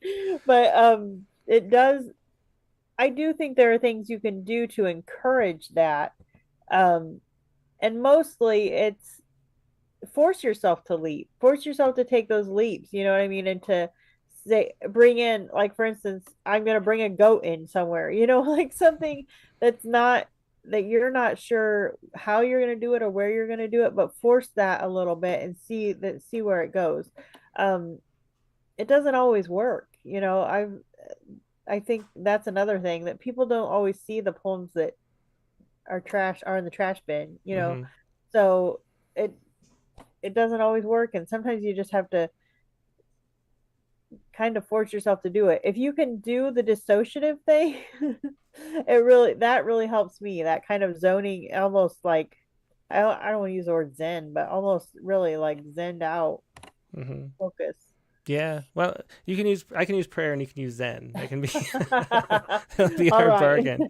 That's our bargain. Yeah, but it's true. I mean, I think there's just and there's a way to. I guess it was a great point that for me, there's a lot of poems. I sit there and I stare for an hour, and I'm like, I can't get into that space. And that happened Yeah, today. I was trying to write a poem. I couldn't get there. you just And can't do it. sometimes Yeah. you just sit down and you're like, oh, I'm there. And then I think maybe part of the problem is that first line Yeah. generating the music, and sometimes the first line doesn't generate music, and it's like Yeah. not a beat that you can't Can't hear the dance music to. of it. Yeah. Hmm. Yeah, I get that. And then you just put it away and try again another time. I Yep. mean, Yep. Exactly. Well, let's and close out live with in one. fear. Yeah, let's close out with one last poem. Okay, we're gonna go with farmer. Okay. Save your sorry. Your sorry won't get me my crops in before the frost. Your sorry won't fill the propane tank. Confess me up a big old sack of free feed while you're at it. What I don't need, a man who can't outpace his sorries, who leads them around like a pack of fair weather friends. Another man hog-tied by shoulda done. I knew a man once, he plowed through each day like sorries leaded his boots, each foot dragging the bodies of his regrets. His whole life was an apology. God, what did he think? It would stop him dying? He died, like we all do, with dry lips and not enough to drink. Sorry as death for no reason. Sorry as men dying everywhere except the spot where you stand and you laying yourself down in the sand. Each death deserves a life. It's like, I don't know, here. It's like a field. The most fertile field needs a fallow year. The man who never rests his field grows nothing but the knowledge of should have done. What should I have done? My son was just learning how to run the big plow, and if he was too young, if another year would have kept him from its blades, what should I have done? What will it help to plant again and again that field where my boy died, and to harvest regret from the black soil of the past? Don't tell me you're sorry, I used to tell him when he messed up. It doesn't fix it. Don't tell me you're sorry. Just stop doing the wrong thing. Yeah, and that was Farmer, another poem from It Flatback Sally. Rachel, thanks so much. Always a pleasure. It was great. We know when you have a new book coming out, it's great to was see. great. Yeah, It yeah, was it's a lot of great. fun. Just talking And to I you heard it. about Flatback Sally Country. yeah, Flatback Sally Country. You can find it at Terrapin Books. We'll mention that in a second. But thanks so much, Rachel, for being a Thank guest. you. Yeah, great to see I you again. appreciate you having me. Thank Yeah, you. yeah. Take care. You too. Yeah, Bye it was bye. Rachel Custer with Flatback Sally Country, her newest book. You can find that at terrapinbooks.com. So check that out. Terrapin Books, and that's TERRAPIN books.com for Rachel Custer's newest book, Flatback Sally Country. We're going to take a quick break. Actually, you know what? I guess we're not going to take a quick break because Jennifer's right here anyway, and we might as well just jump right into it. So, Jennifer, how are you doing? Yeah, it's great to see you too. Another returnee. Always love having new books out. Your new book is Vos, if I'm saying that right. Vos? You are Vos. Vos. And so what can you tell us about this book? Well, before I say anything, I was listening to your exchange with Rachel. That was the most fascinating discussion of poetry that I've heard I can't even remember when the last time. That was so good. Well, thanks so much. It's fun. Rachel's a great poet and sort of, and the reason why, I want to talk to her is because she's a little bit of a mystery, she's kind of doing her own thing off, and it's interesting to see what she thinks and how she's going about it. Yeah, it is. But yeah, thanks for having me back. I have my book here. Oh, it appears backwards when you show it on Zoom, but actually, it's front ways for everyone else. I can put on the screen too. Yeah. Oh, okay. Yeah. Well, that's Vos, and Vos means voice in Portuguese. And the whole book opens with an epigraph that's from the lyric Come Que Vos, a fado song, Portuguese song, sung by Amalia Rodriguez, which goes, I'm not going to sing it, but it goes, Come Que Vos, choraré no triste fado, which means with what voice will I cry my sad fate? And that's the book answers the question. So what voice am I going to use to cry out my sad fate? Yeah, it's a beautiful book. And I love the way I've never heard of a saturation. And I don't know how I've gone through 20 years in poetry and never heard of a saturation. Did you make that up? Or is that something that's... Yeah? I totally made it up. Well, I feel better now because I was like, this is so cool, but how have I never thought of this? So explain to everybody what a saturation is. You can coin it. We'll put the TM on there. Oh, good. Yeah. Yeah, I own this. So I just was writing acrostics, actually. And then I noticed that I was writing not just to visual stimuli, but to audio stimuli. And I just thought, okay, this has got to be something. I'm being pretty obsessive about it. I would listen to songs over and over and over and over, and then write a poem, not about the song, but just kind of letting the influence happen to me. And so I thought, okay, maybe there's a word for this. I looked it up, no word. I thought, I'm a poet. I'm a maestro of language, supposedly. So I should be allowed and able to create a term. And so I did. I thought of a few things, but saturation made a lot of sense because I felt like I was saturating in the sound. It was like permeating my body, and through my body, the poem would resonate and happen and occur on the page. So it made sense. Yeah, it definitely does. I think it's going to catch on. So saturations. And then, and so the book is entirely made of saturations, I think, right? Every one is a saturation of some kind. I think almost all of them. Maybe there are a few that are not. But I think the book as a whole is permeated with this California sound. So where you are right now, not where I am, Salem, Massachusetts. Yeah, exactly. So let's hear a poem. Against the Wind is a saturation. Everybody probably know is it Steve Miller Band that does Against the Wind, or no? Bob Seger and the Silver Bullet Band. You're close. That's right. So Bob, okay. So Against the Wind. It's almost like a lot of these are like the Forrest Gump soundtrack, which is one of my favorite. I had it on a loop when that came actually. out. Yeah, great music. Here we go with Against the Wind.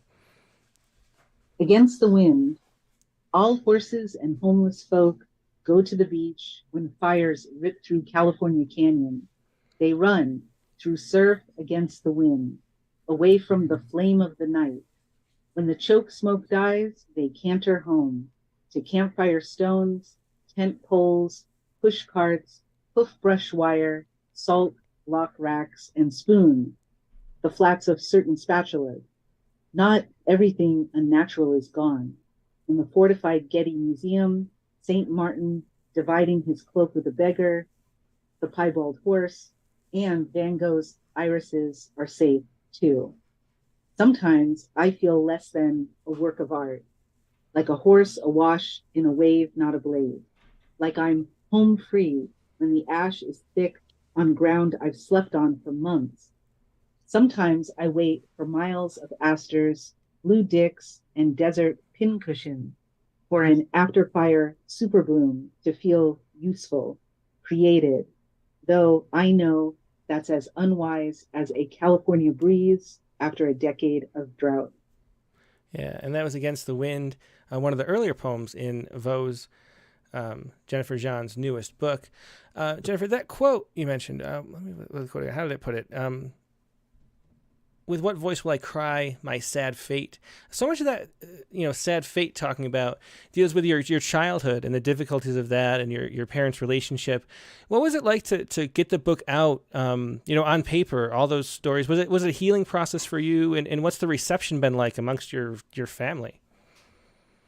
Oh, well, I mean, sadly, last year, actually, maybe past 2 years, my father passed Oh, away I'm sorry to hear that. 2 years ago. And then right the next year, which was last year, my brother passed away. And so a lot of the poems are about them. And then my mom, she's still here. She's the other kind of main family member. And she doesn't really read my poetry. Uh-huh. So she's not, I think everybody out there knows how that goes. I think even Rachel mentioned that there are people in your life that, they support you like, oh, you're a poet, but they don't read your poetry, which I'm cool with because I wanted to have a bit of freedom to discuss things. So I think I can speak for my brother, though. He loved being written about. Even if I wrote not great things about him, even, he just thought, ooh, I'm in a poem. He thought it was cool. That's great. I think that's a pretty rare reaction for a brother. So not bad. Yeah. So was it a healing process? I always think about poems as, that poems as therapy and psychological healing comes from the way that you both like make a space for those feelings and also understand them, and then you can sort of put them outside yourself and pick them up when you want to and leave them when you don't. That kind of thing happens with a poem. Did you feel like that? And was that one of the motivations for the book? It wasn't a motivation, but poetry has been part of my healing process, but I would have to say not a main part. I've been in therapy. I do like all kinds of things in my life, like yoga and prayer. You and Rachel, again, were talking about that. That's what fascinated me. I have a relationship with God, and that heals me. And poetry is integral, is a part of it, but it's just one part. It's more, I would say it's the public part of my healing. And I would never just lean on it, that it wouldn't be enough for me. It isn't enough in my life, but it's definitely necessary. Like, I wouldn't want it to go away. So what you're witnessing when you're reading, or when anybody's reading these poems, is that healing. And then when I'm reading aloud, that's part of it too. Because for me, the whole writing of the poetry, part of it is the presentation, the oral, presentation by me, and then the participation by the audience, the feedback, or just people knowing people are out there listening. I like giving readings for that reason, because I feel like that give and take is part of that healing process. We could, and here's an obvious explanation of it, is that after any poet reads the poem a couple of times, not a couple, maybe a lot, it ceases to have that grip that, let's say, some memories have on us that make us write about something specific. A memory will have a grip. I know it does on me, but it'll loosen, the grip will loosen. And then I have that distance because I've read it aloud a lot. Yeah, that's really well put, that the memory's grip loosens. I think there's a lot of truth to that. I want to ask some more like updates on how you're doing otherwise, but let's do another poem first. The other poem you wanted to share. Yeah, I wanted to share Inspiration Point, Pacific Palisades. We'd stare at horses at Will Rogers Park, then hike the loop trail to Inspiration Point, and I'd lag back to be a kid, alone. And under that aloofness hid vengeance, the salt dripping through chaparral brows into my brown lashes. And under that, anxiety, a rusty burr or two in my left sneaker. And under that, rage, perfectly purple shell some kid favored and lost. And under that, hope, the pounded ground. And under that, a vast clearing on the cosmos, also called Inspiration Point, a gorgeous inner hill with a curious figure taking in the Pacific view, breathing chicory and chamise, naming every wind border near Catalina Island, that high noon far-sighted figure seemed a bit burnt, but warm, a bit divine. But sometimes I didn't find that figure wowing at a thing no one had ever seen, at a new bird better than a phoenix. There's something better than a phoenix. Sometimes my hand stretched towards some nether new creation, and I was the figure who named it. Yeah, beautiful poem. I love that line. There's something better than a phoenix. The rare use of a great exclamation point in a poem. Thank you. Yeah. So those are two poems from Vos. Hopefully everybody can pick up a copy of that book. I did want to ask you about other things you're involved with. A lot of people know you as the person we interviewed for the adjuncts issue. And because you were driving like to 5 different colleges teaching classes in poetry. I don't know how many years ago that was. So I was just kind of curious, are you still doing the adjunct grind, or are you like pulled away from that a little bit? Are you found one home maybe, or are you still driving around? I am no longer in academia at all. Oh, wow.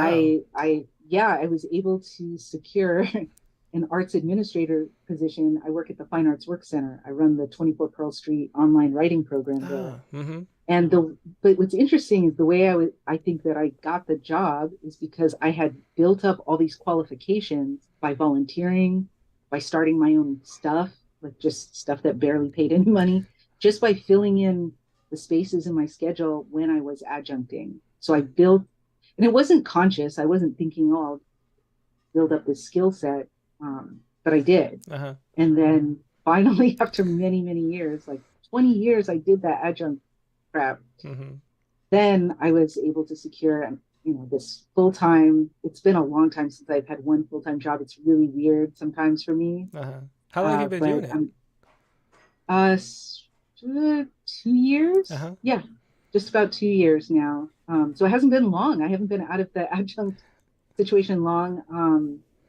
And I'm really happy to be out of it, although I love to teach. Yeah. Just to be clear about that. That I loved. Yeah, the grind of it, though. Yeah. Mm-hmm. Yeah, that was horrible. It's exploitive. I hope that it ends. I mean, I think, not to jump into a whole other topic, maybe for another time, but that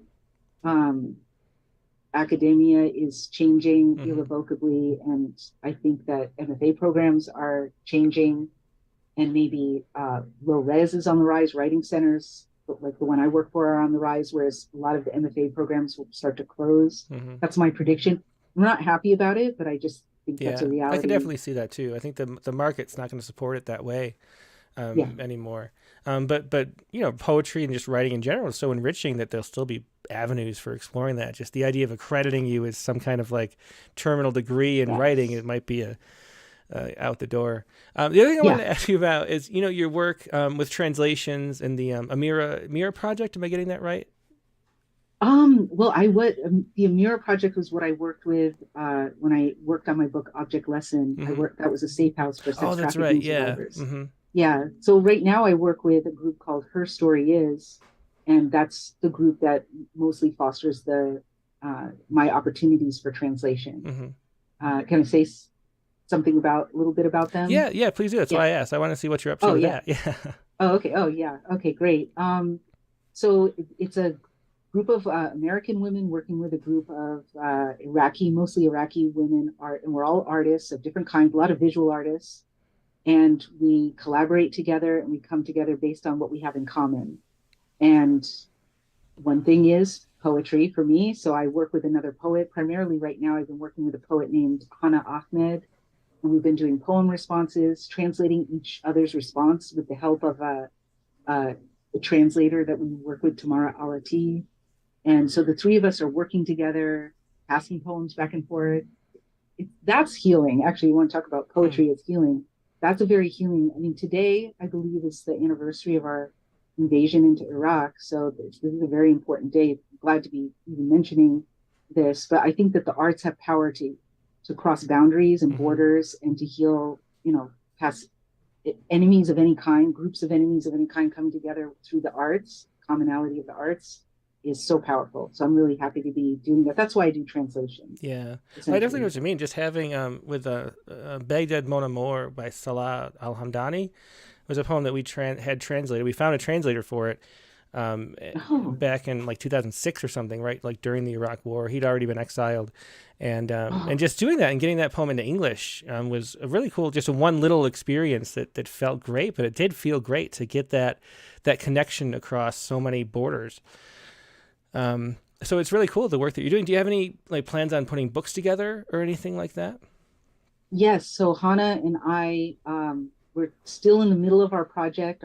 We call it a poem response project. Where Do You Live is the tentative title. We're a couple of poems in. The process takes a long time. Mm-hmm. But our plan is to publish that poem response, find it in America, and also to have some of the Iraqi visual artists that we've worked with as part of our group to put their pictures in. We've got, big dreams Mm-hmm. for that. And also, in addition to that, separate, I'm co-editing and co-translating an anthology of Arabic women poetry Mm-hmm. called tentatively titled Other Paths for Scheherazade.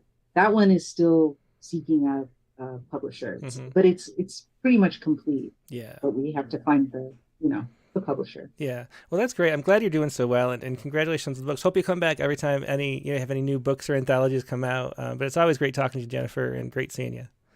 Thanks. It's so good to see you too. Yep. Bye. Take care. That was Jennifer Jean with her newest book, Vose, and you can find all of Jennifer's work at her website, which is right here. It's Jennifer Jean, Jean, writer.com. JenniferJeanWriter.com. Find her website, find her book. Vose is the most recent. I particularly love her first book, The Fool. I love that book too. So check that book out as well if you would. But check out all of Jennifer's great work and all the things she does at her website, JenniferJeanWriter.com. Okay, we're going to take a quick break and finally get to open lines tonight. I think it's going to be, let's see. Well, we'll see. I'll tell you how it works right now.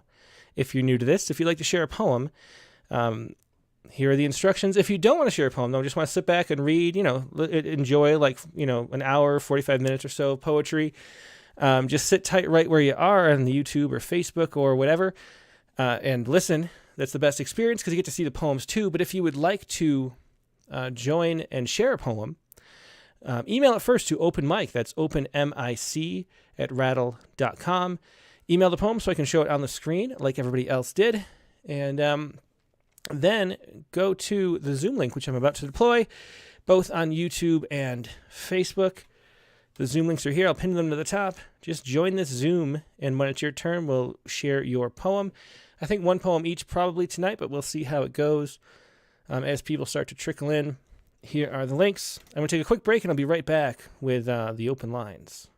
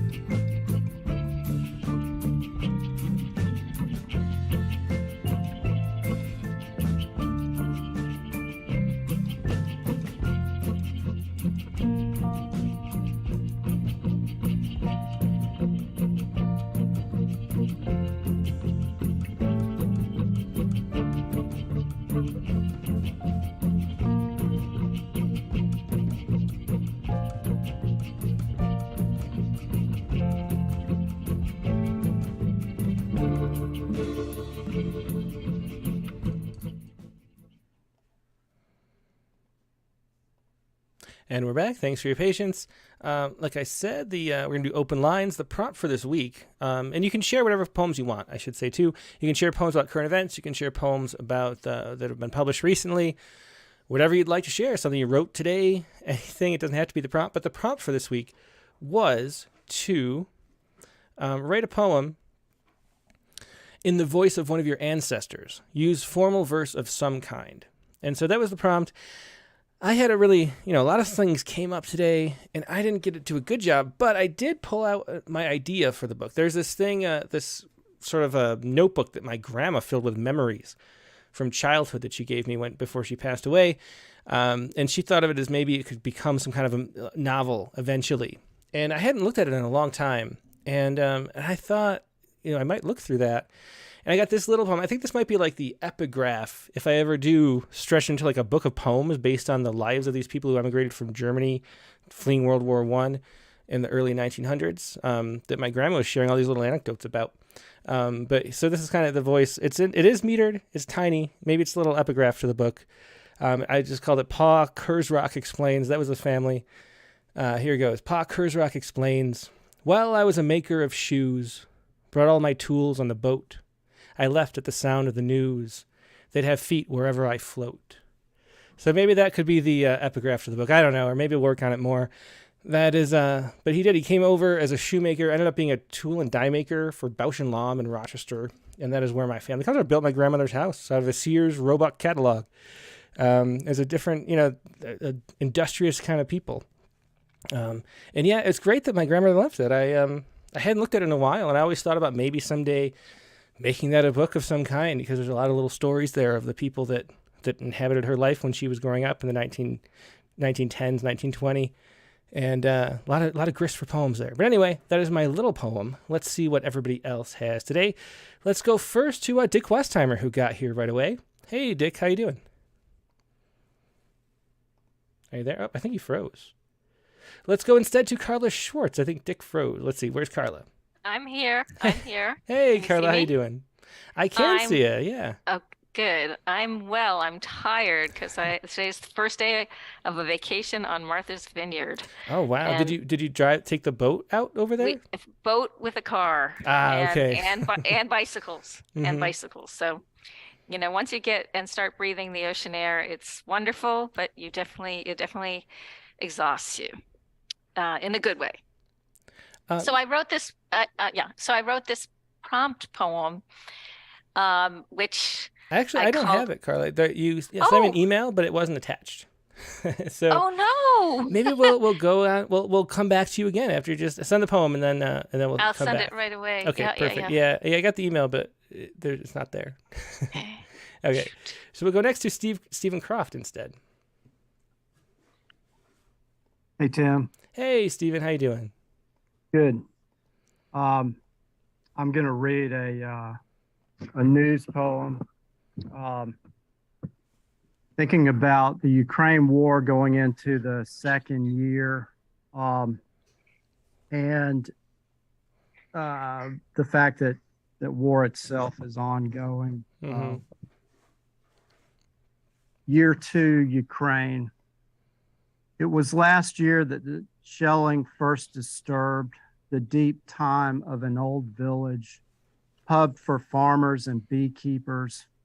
Now tanks roll into the square again, one crushing the stone walls of a central fountain. Old coins fall with the water from its heavy treads. In the corner of the square, from the alley by the Armenian church, a shadow strides, moves into the square, pacing here and there, erratically, palm to temple, this walking wound, gathering breath to force insults in growing gasps. This man whose family was killed in last year's shelling. The Polish radio says his government is winning at 10 and 5 daily. He thinks the war has already gone on forever. Bitterly, he thinks the war has already killed him. A soldier shouts, "Hohul," in the language of bears. Waving him closer from the height of his round iron hatch, the soldier points a pistol. This dead man loads his mouth with more insults and rushes forward into the loop of everlasting war. In the sky's drizzle, on his face are tears that were once salty seas. Yeah, powerful poem, Year 2, Ukraine. Thanks for sharing that, Stephen. Did you have a sense, I mean, you have more of experience than any of us here probably, of where it's going. Do you think, is there an end on the horizon, or is it going to keep escalating, or what do you think is going to happen? Well, I'm putting together a a book of poems about nature. So for several weeks, I didn't look at Ukraine at all. And the book is blissfully free of any war poems. So then I got that together and looked at Ukraine on Friday. I actually sent the poem to Poets Respond on Friday. In Europe, there's now a divide over people that don't want to continue funding the war. They're afraid of Russia, which I can understand, on the doorstep, and also the many immigrants in Germany that require aid is upsetting a lot of Germans. And so if they lose the support of Europe, that's bad. If they keep our support, I think the war will keep going. But I guess it depends in large part on that support. I don't see Russia stopping anytime soon. It's not in their nature. Yeah. Well, thanks so much for sharing that poem. Year two, it's hard to imagine it's been that long already. Thanks for sharing that, Right. Steve. Okay. Yep. Thank you. Take care. There was a Stephen Croft with Year 2, Ukraine. I think we have a first-time caller next, Susan Bangs Monroe, or maybe Susan's been on a couple times. Let me see. Susan, have you been here before? I've been here once before. Ah, okay. Yeah, I thought at first when I saw your name, I thought you might be new, and then I thought I recognized your face. So, Yes. Where are you calling from again?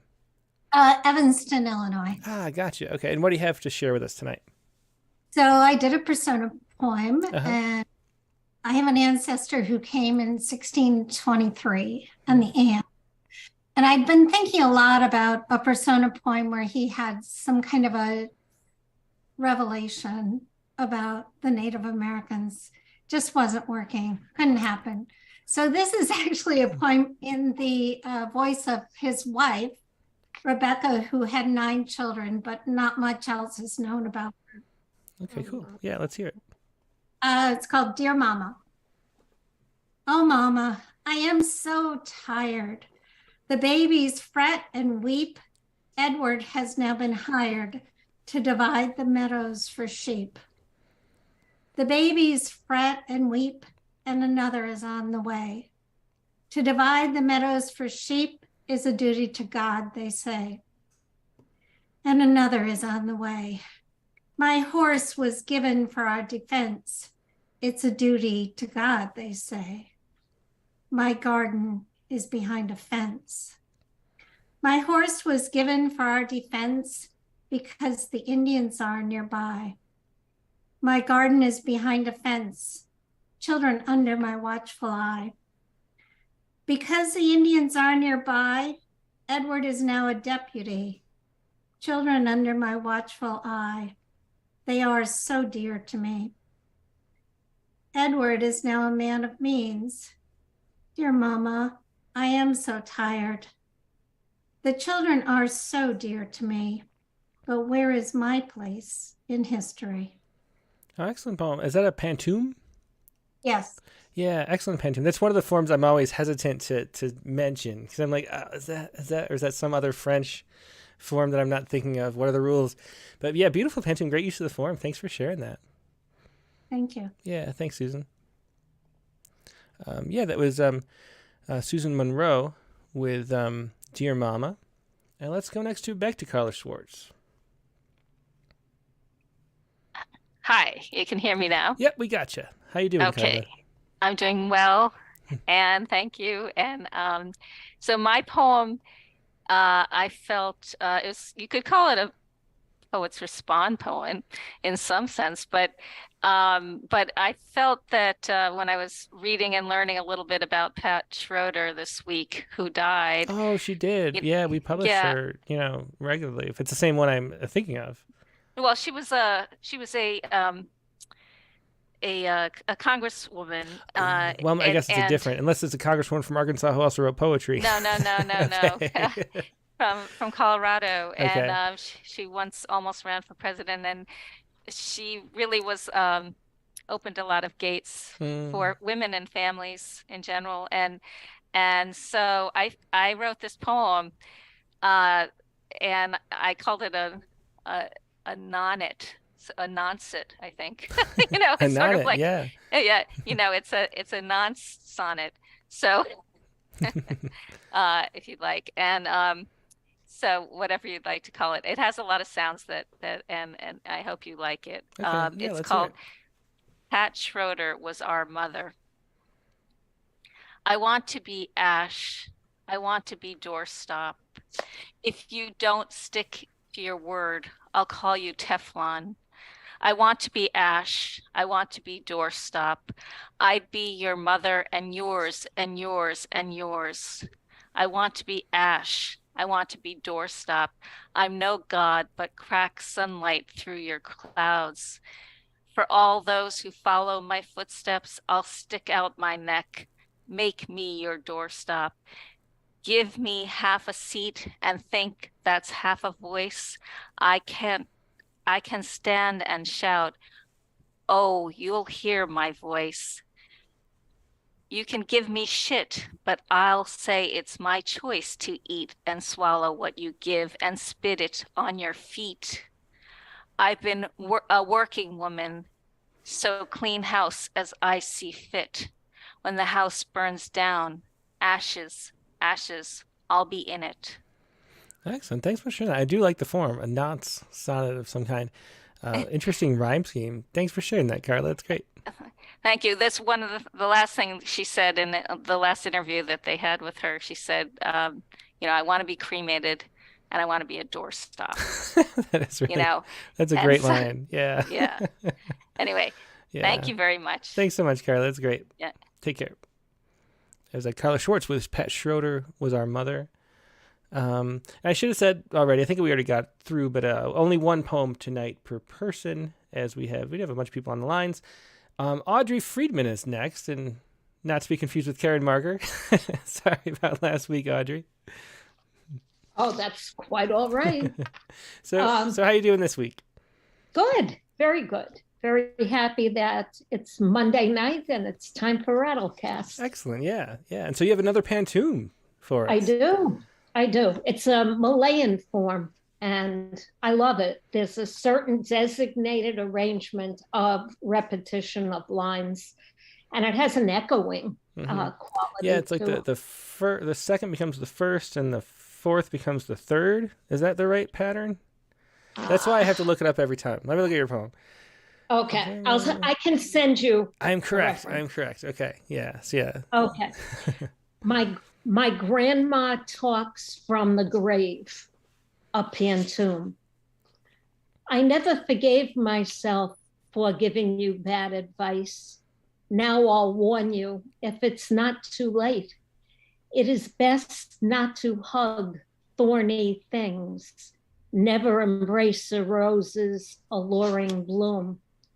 Now I'll warn you, if it's not too late, remember the spines of the cactus. Never embrace a rose's alluring bloom. It's the prickly that survive when all others die. Remember the spines of the cactus. Do not believe that beauty is a bomb. It's the prickly that survive when all others die. And sweet girl, I'm not talking about botany. Oh, great last line. Love that. Excellent pantoum. And the repetition works so well in it. Thanks for sharing that, Audrey. Thank you, Tim. Yep. Yeah, that was Audrey Friedman with My Grandma Talks from the Grave pantoum. Next up, we will go to David Cohen, also known as Doodle Slice, I believe. Yes, indeed. Hey, Dave. How you doing? Good. Nice to be here. Always fun to hear the new things people are bringing.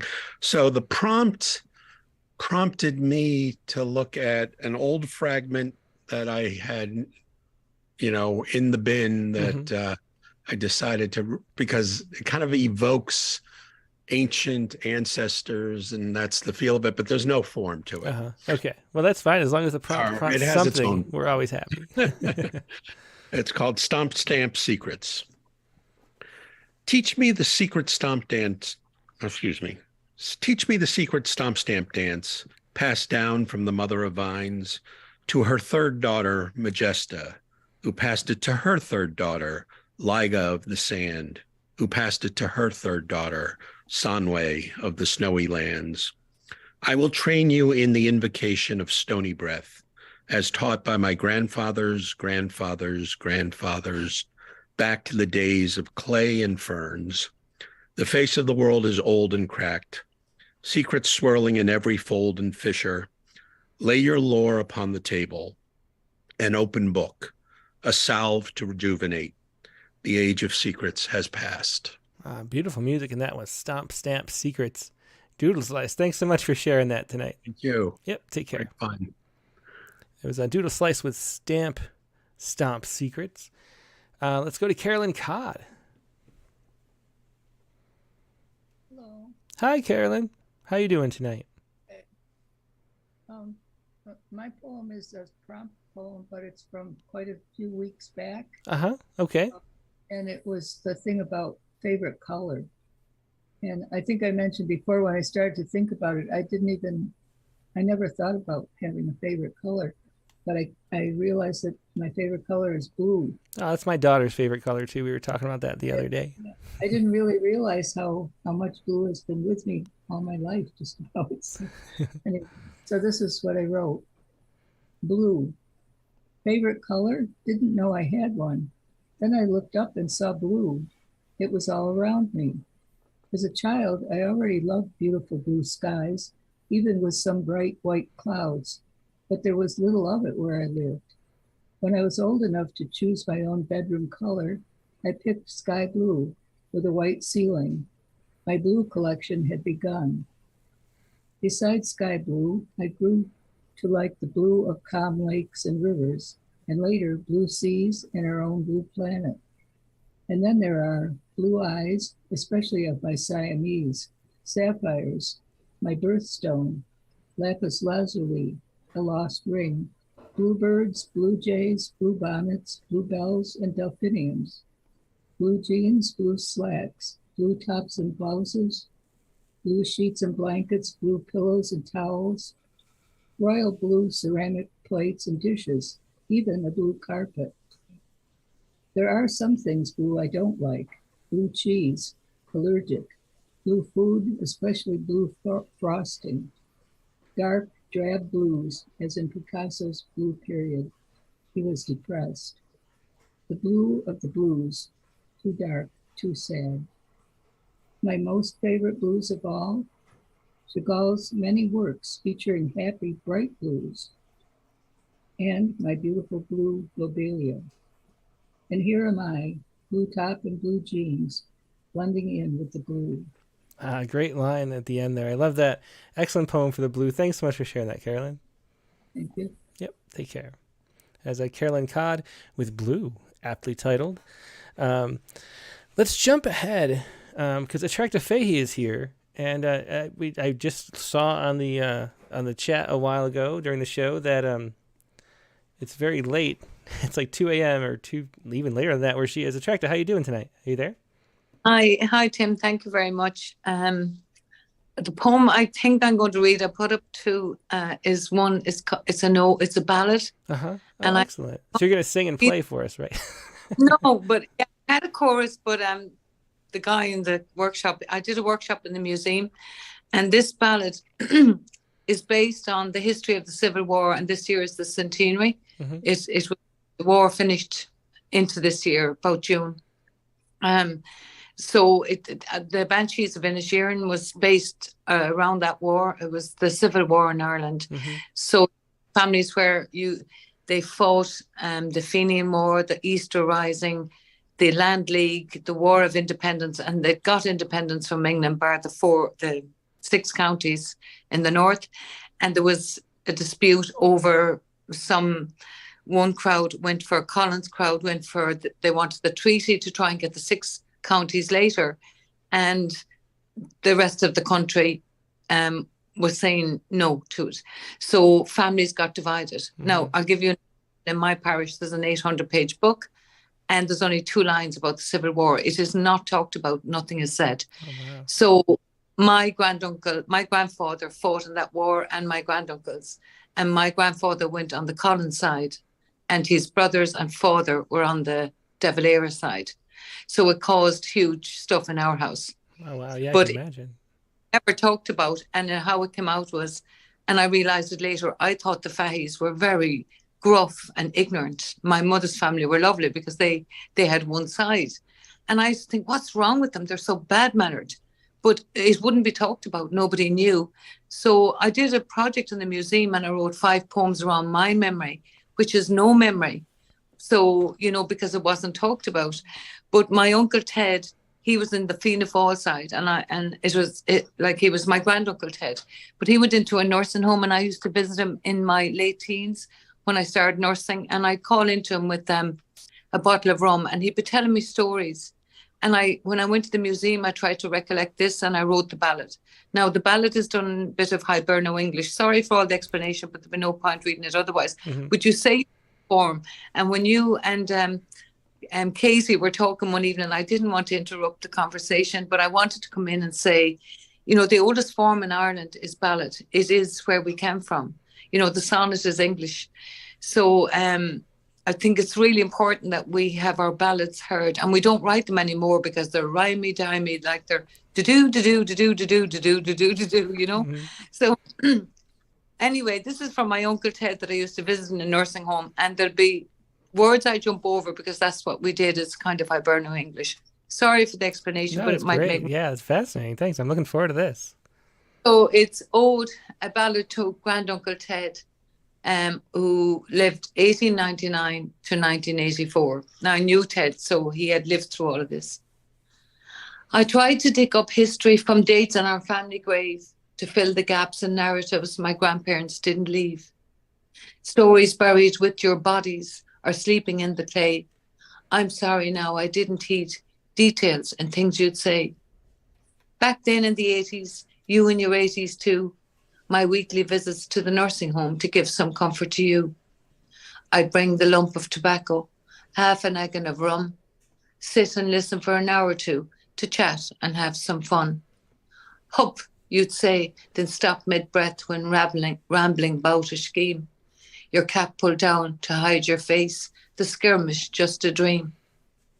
I knew to ask a question was regarded as a sin, so I'd wait there nodding patiently, taking nothing in. I do recall the odd few lines you murmured under breath, how times are hard in those tough years, and many met their death. The rolling hills of Killearn have secrets that they hold, with little chance of knowing now if the truth can ever be told. You'd plenty to say about hiding, fighting the black and tans, a Bayard in your pocket and a rifle in your hands. That night in Lissa Valley, planning an attack, the RIC were captured and naught would hold you back. Easter Sunday 1920, Glenrock House a pyre, the RIC evicted, the barracks set on fire. Your meeting place at Addergool Wall, where every move was planned, remote and buried under bushel, the local Sinn Féin hole. Betrayers moved amongst you, but you could weed them out. The women weaving warnings was better than any shout. All the tales of killing, how brave your martyrs were, I never heard you speak one word of the terrible Civil War.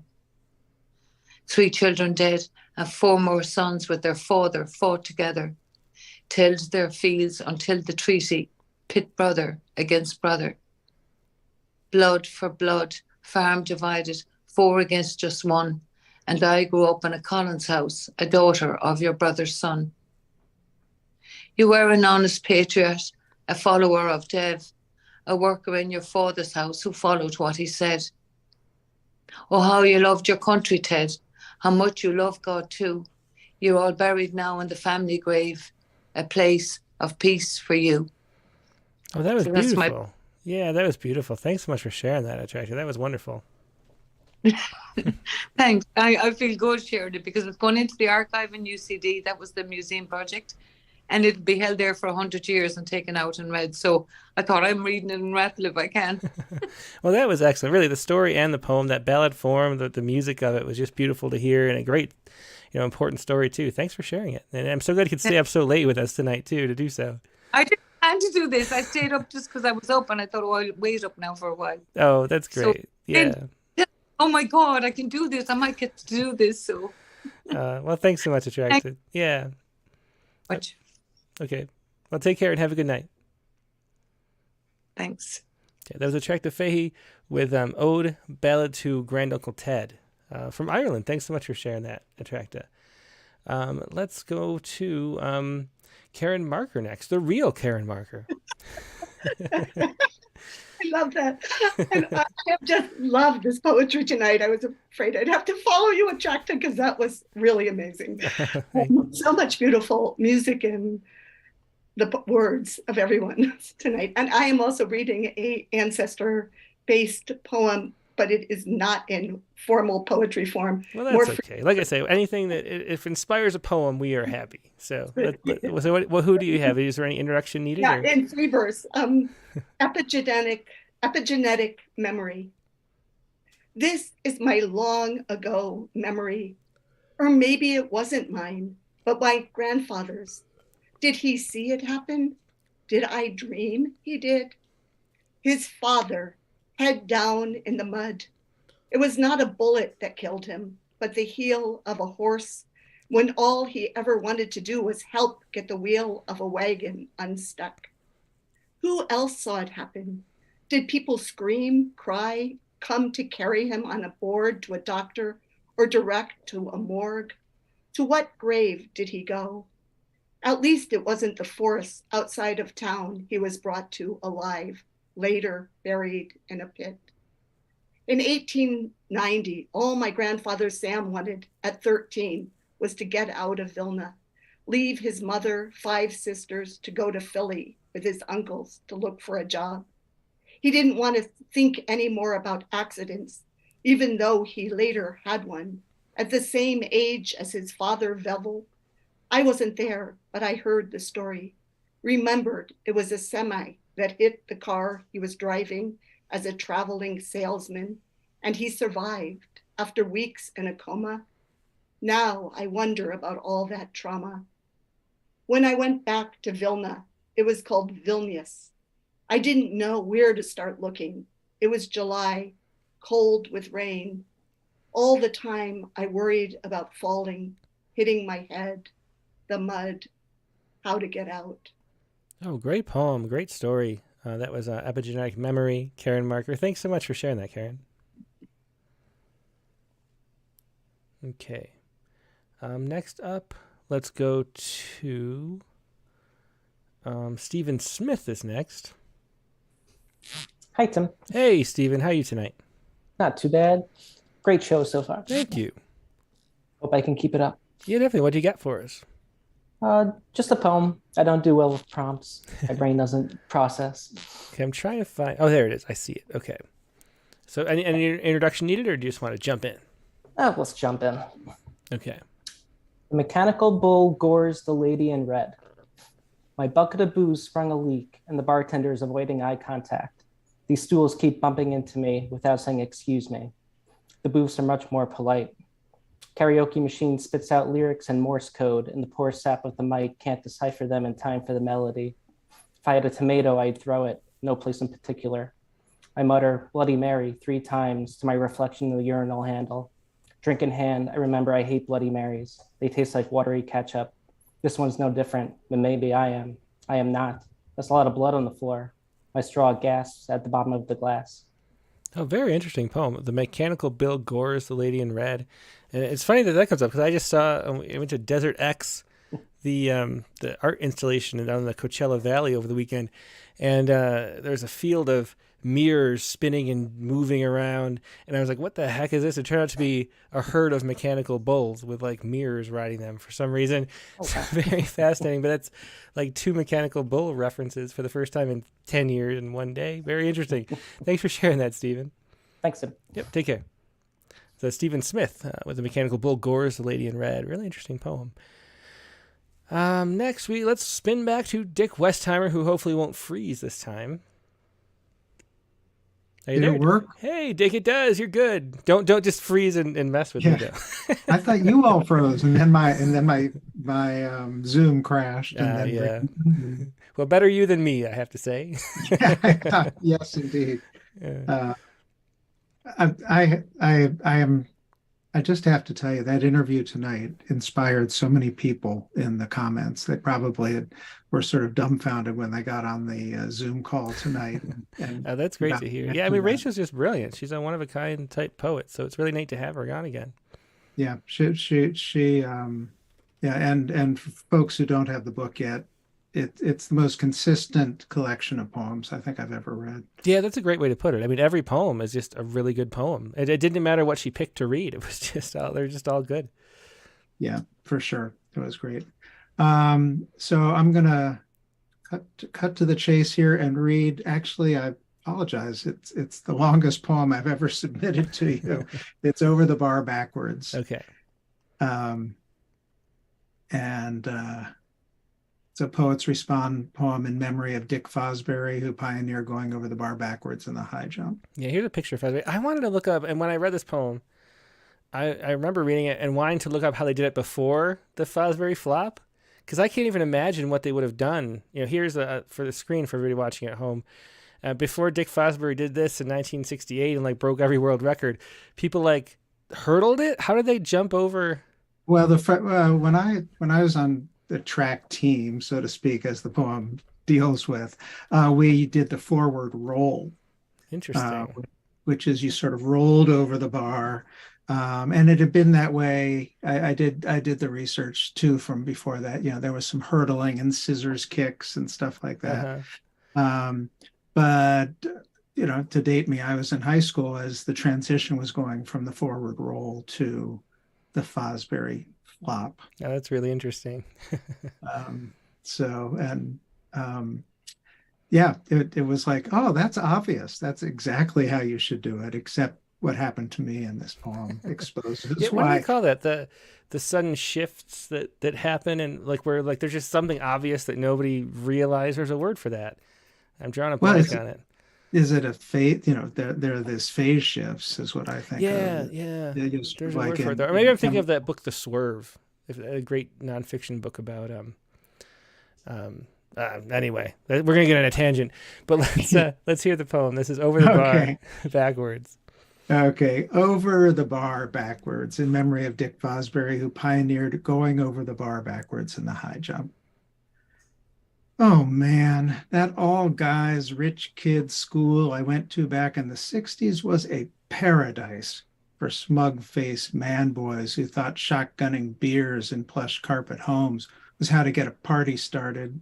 Not so much for my buddy HT and me, who'd eschew those rowdy rituals in favor of dropping LSD, laying back on his farmhouse roof where we'd cross to the moon's dark side as the stars hung like lamps just out of reach. We'd groove to the Dead's Anthem of the Sun on a repeat and ask the big questions, like what did sex have to do with love? Back at the day school, the masters, yeah, that's what we called the teachers, made us do sports after class. And by sports, they meant some Titan's right, where men athletes would strut their lordship over the rest of us. Afternoons ended with us naked in the locker room with those fucking towel snappers, us getting pinched and titty twisted, while the lip-licking training staff pretended not to be looking at all the bare-ass teen demigods swinging their dicks like swords. We had dumb as pigskin coaches teaching history to the second-tier scholars like me. We had to play soccer all winter in fields muddy and rutted as battlegrounds, our feet freezing, stuffed like soggy cabbages in plastic bags that we lined our boots with in an attempt to keep dry. The masters were out to make Teddy Roosevelt men of guys like me and HT, but we were less interested in being men than smoking weed behind the school and riffing on C.S. Lewis and HT's Spider-Man brand of Christianity. And even though I had zero fear of the devil and hell, I knew evil when I saw it, and it looked like those jocks in the locker room bragging about where they jammed their cocks, talking about pinning girls against the wall and jerking up their skirts. It looked like Ken doll Kevin, who drove his daddy's Lamborghini, a predatory wasp of a kid and a car, and parked it in the teacher's lot. when spring came and it was time for us to pick a sport, neither HT nor me were going anywhere near a baseball we couldn't hit or catch, we chose track. And though I could run pretty fast, when they had us doing lap after lap around the cinder oval wearing our saber-tooth spiked flats, we both decided to try the high jump squad because laps weren't required. And doing those forward rolls into a foam padded pit looked fun. I wanted to be different, so I tried to flop like that Fosbury guy and end up running a spike through my big toe, split my nail at its root, and when Holly saw that my oozing injury got me out of practice, he impaled himself on purpose, said it was as close as he got to nailing himself to a cross, and both of us kept limping around for the next 2 years, at least at 3 p.m. every day when sports began. Then we would hang out in the senior lounge and play gin rummy and discuss the meaning of life, which HT said was to always go over the bar backwards. So no matter how fucked your day was, you were given a moment to gaze up at the sky where he saw Spidey or Jesus, and I saw the shadows of stars just beyond the blue waiting on me. Yeah, great poem and great ending, Dick. That the humor at the end and then the great last line too. Beautiful story taking us back over the bar. Yeah, thanks, Tim. Yeah, thanks. Appreciate it. Yeah, always a pleasure. As a Dick Westheimer with Over the Bar Backwards, in memory of Dick Fosbury, who pioneered going over the bar backwards in the high jump. I'm definitely going to look that up because I want to watch some people do it the old way. Okay, a few more people left on the open lines. Mike Bales is up next. Good evening. Good show. Yeah, thanks, call Mike. this Pantoum night because I've got another Pantoum. Excellent. Boy, there's a lot I could learn about family history. I only knew one grandparent, my dad's mom. But I researched. I went back on my mom's side. I've always been closer to my mom's side than my dad's side. Mm-hmm. And her dad was named Otto, who owned a farm. In researching it and the information about my grandfather Otto, who I never met, was pretty sketchy. But I knew he's from farm roots. On that side, I also learned that on my mom's side, I'm only 4 generations removed from Germany because his dad Andrew came from Batavia, Germany. So I did this as a thing about Otto. Linz was the last name of my mom's side of the family. And this is called The Family Plot, Love of the New Land. And I tried to get in the language of like the late 1800s or the 1900s, whatever that language might be. I think that influenced one line or 2 lines I did in this poem, trying to guess what that language was. This is a family plot, Love of the New Land. A man once proud tended the land acquired by his father from the old country. Tending to the land, the man raised his family from the old country the lineage had run. The man raised his family to be hardy and strong. The lineage had run, working dawn to dusk. To be hardy and strong, it was in their blood, working dawn to dusk, raising cattle and crops. It was in their blood to live their lives, raising cattle and crops, inherited from a man once proud. Yeah, great use of the form. The repetition, leads into the monotony of that kind of life, year after year. Exactly. I still don't know him any better, but I can speculate, I guess. Yeah, definitely. I know my mom's side of the family was kind of a farming side. Mm-hmm. Yeah, very cool. Well, thanks for sharing that, Mike. Okay, thanks. Yep, have a good night. So Mike Bales with The Family Plot, Love of the Land. Mary Lisa Denominatius is next.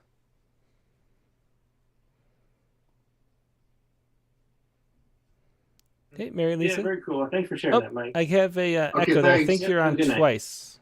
I'm Mike Bales with The Family Plot, Love of the Land. Mute that for a second. Can you mute your other stream? Are you off? Okay, there you go. Can you hear me? Yeah, you're good now. Yeah, oh no, cool. we still have the echo. Yeah, turn the other off. I think you're on twice. Oh, sorry about that. Okay, I think Better? we're good now. Right? Yeah, we're good now. Okay, I think Better? we're good now. With the family plot, love of the land. We're good now. Okay, we're in like an echo loop. So there's two streams going at the same time. So you're on Zoom and like YouTube or Facebook or something. Okay. There we go. There we go. Clear. So sorry. Oh, no Oh my problem at all. gosh. It's easy to forget. Where am I? Zoom. Yep, Okay. you're Zoom right here. Hello. There we go. We have you back. Okay. So how you doing tonight, Mary Lisa? Okay, now. So yeah, I'm going to share this poem. I'm going to make it fit the prompt. I was thinking a lot about metaphor. That's, I guess, where this poem comes from. Mm-hmm. I've been listening to you and Katie talk a lot over the past week about metaphor on Twitter and on Facebook and stuff. And then, so I'm thinking we're made from dust, and to dust we return. So this will be like my ancestor poem. I don't know. Excellent. I think that's great. Yeah, let's hear it. Good metaphor. It's called Terms of Endearment. The plant has a tongue. We say seed. It has a spine. We say stem. Its spine holds it up in the wind. Sometimes I see the wind and the stem lean against a brick wall, their bodies pressed together like young lovers, learning one another. You cannot hear the plant speak, although it does. You think because I hear it, I should know what it knows, but I cannot decipher its song. When I try, I hear only mine. The wind that kisses the leaf might know the leaf's song. Maybe it tries to sing to me, but my ears are not made to translate that intricate music. This is the way God is explained. I am a perfect, inadequate body, unable to hear God's song beneath my own. I am too small to see entire, and my ear is far too cavernous for the flower's voice or God's to reach my inner walls. Do I doubt the flower has song? Do I doubt the wind and flower kiss? The scientists, the watchers, believe it's true. The seed carried on the wind's tongue kisses the dirt, and I wonder where the human fits in, if what we do is considered singing, if what our kissing leads to is considered.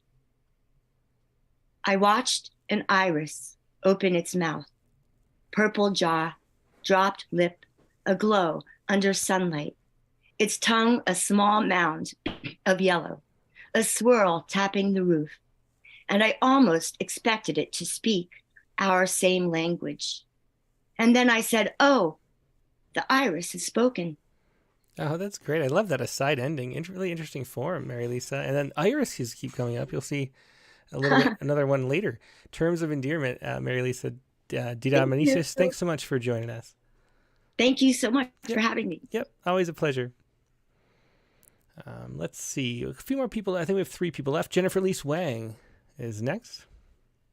Hey, Tim. Hey, Jennifer. How you doing tonight? I'm good. So my piece is from last week's prompt since I wasn't able to join last week. Also, the poets respond to the Oscars and Everything Everywhere All at Once, taking a lot of awards. And it kind of relates a little bit to Ancestors, since that movie is a little bit about generational trauma. So yeah, I keep wanting to see. I've wanted to see that since it came out, because A24 is my favorite, film company, and it's an A24 movie. It's supposed to be great, and I still haven't had a chance to. So yeah, I'm looking forward to it someday, maybe when I have time to sit through a movie. Maybe. Yeah, and so the prompt last week, writing a poem that's just one long sentence. At first I was like, I don't know if I can do that, but basically that's how my ADHD manifests itself.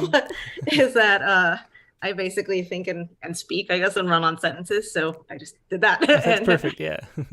So this is an Academy Award achievement to an Asian American with ADHD. While watching the Oscars, I learned the Daniels based their winning film, Everything Everywhere All at Once, on the premise, what if their moms were in the Matrix? Which got me wondering about my mom, who was most likely watching the Oscars too, even though she hasn't seen any of the nominees. And suddenly I'm reminded of an interview where the Asian Daniel Kwan, talks about how Evelyn has ADHD, since her brain goes everywhere all at once and is thinking about everything all the time. And that helped him get diagnosed as an adult. So now we have 2 things in common. Or is it 3 because he's a writer too? And during one of his acceptance speeches, he talked about imposter syndrome, which would be a 4th thing. And he's also close to my age. Now I'm tearing up like when I watched Everything Everywhere All at Once, because I was seeing me and my story unfold in this wacky multiverse of a movie. Moreover, every Asian in the building felt the same as I did, since I saw it on their faces anytime someone said, and the Oscar goes to Everything Everywhere All at Once, because it's our story. And while some parts of Hollywood want to keep hashtag Oscars so white, or maybe that's just the BAFTAs, so not really America, but the original colonizers, Asians and Asian Americans, immigrants and their kids, both with ADHD and or depression, kids who dressed in outlandish costumes like the other Daniel, amen to drag never hurting anyone, belongs in this world because we are everything to our family, friends, and fans, everywhere in this melting pot of a country, all at once rejoicing at finally being seen and heard. Oh, great. Yeah, great use of that title. Thanks for sharing that, Jennifer. Thank you. Yep, have a good night. Yeah, you too. Yeah, that was Jennifer Elise Wang with an Academy Award achievement to an Asian American with ADHD. Wonderful poem. We have 2 poets left. Bishwajit Mishra is here. Let's see. Hi, Tim. Hey, how are Bishwajit, you? how are you doing tonight? I don't have any video if you want to turn that on, but if you don't, that's fine too. No. I'm just I was just trying to not. Are you able to see me? Not yet, but we just. Oh, here you come. You're Okay, coming in. okay. Coming in the circuits. Yep. Okay. Well, it's just dark, but that's okay. We'll just It's listen. dark? Yeah. Yep. It's just darkness. I don't There's know. maybe the lens cap is on or something. There No. you are. Hello, Bishwajit. Okay. Yeah, there you go. I Good to see didn't you. bring I forgot my laptop, so I'm using the one at home. So that's the one set up. Anyway, I must apologize in advance because I didn't know where I was going with the poem until I almost did not write it. Uh-huh. So it's a little long, and I try to form. I'm not good with form Pantoum. Another Pantoum. What is it with Pantoums? That's really interesting. I don't know if you call that, but I tried for the first time, and it's didactic, and I use some Indian terms.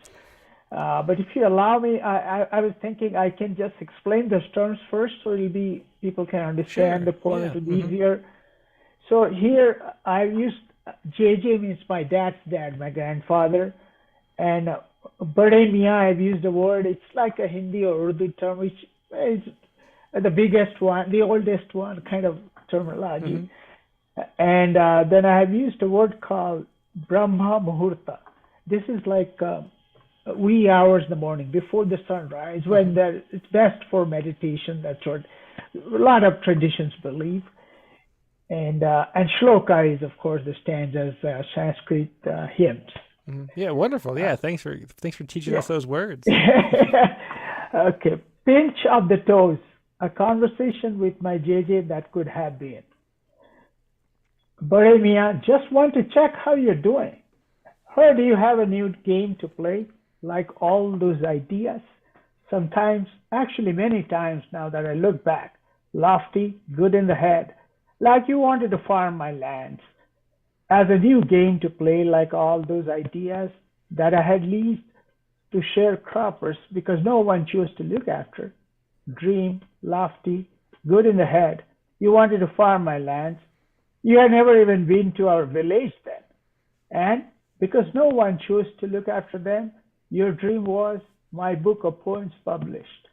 I wonder, where are those now? You had never been a writer yourself then. And of course, you were only a kid. But we were both excited about my book of poems published. I wonder where those are now. Now I see you're looking for Eliot, but do you recall how excited you were, though you were a kid, and now you're looking out? Do you recall how I used to pinch you with my toes? Now I see you're looking for Eliot, but do you recall how agitated you were as I woke you up in the Brahma Muhurta, made you chant shloka? Do you recall how I used to pinch you with my toes when I knew you hated that because you wanted to sleep? Yet you loved when I woke you up in the Brahma Muhurta and made you chant, and you listened to the shloka that you did not understand, but I knew you hated that. Still you always listened with interest when I explained them. I know you forgot them as soon as I left you.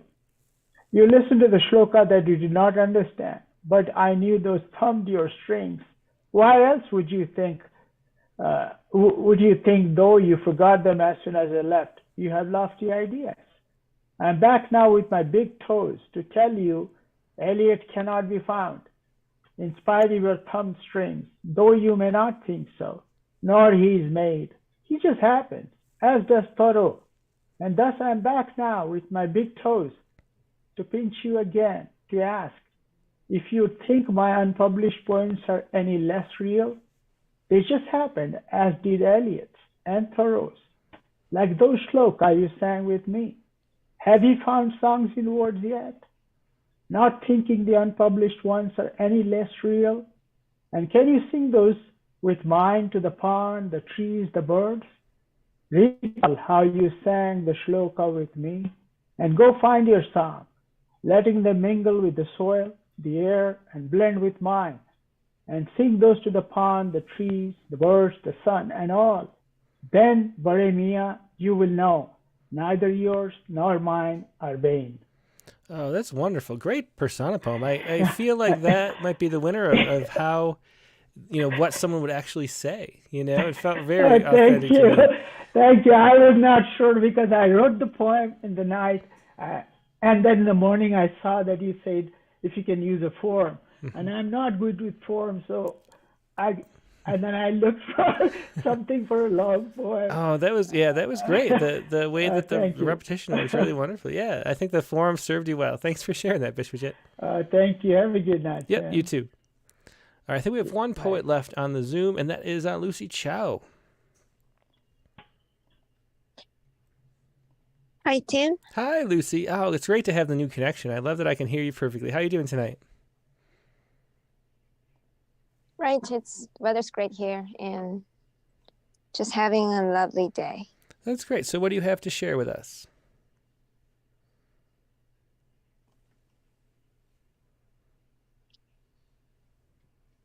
Are you there? Well, we're not... I've got a prompt poem, and it's not strictly in the voice of one of my ancestors, but in the spirit of last week's guest, Jennifer Reeser, I wrote this poem in the voice of another wonderful woman who embodies the spirit of indigenous wisdom. And actually, she's a plant scientist called Robin Wall Kimmerer, and she loved her plant companion so much that she became a botanist. But she wrote in her book that she was born a poet, and the two strands woven to science and arts and poetry very much intrigued me. So I wrote this poem in her voice, and I drew the material from her book, Braiding Sweetgrass. Excellent. Yeah, let's hear it. Mother, scientist, professor, enrolled member of the Citizen Potawatomi Nation. By a September meadow of asters and goldenrod, I was born and raised to tread on sacred sod. Over the gently blurry face and shoulder of my mother, I asked the first flowers I saw, "Why are you beautiful together?" For years, I marveled at the mystery of geysers of golden yellow gushing against royal purple that romps billow over billow. Why do you clash your colors, not stand calmly alone? Why do Golden King and Purple Queen share their throne? No family kin taught me how to read that God-gifted pool, so with that glittering question, I enrolled at forestry school. My puzzled advisor was not pleased with my question's brimming heart, and said sternly, "If you want to learn about beauty, better study art." Bright-eyed like goldenrod and aster, I drooped humble and quiet. Indian girl couldn't be a botanist, maybe, more likely, a poet. I was born, a scientist I became. I sucked up Latin to drain the shame.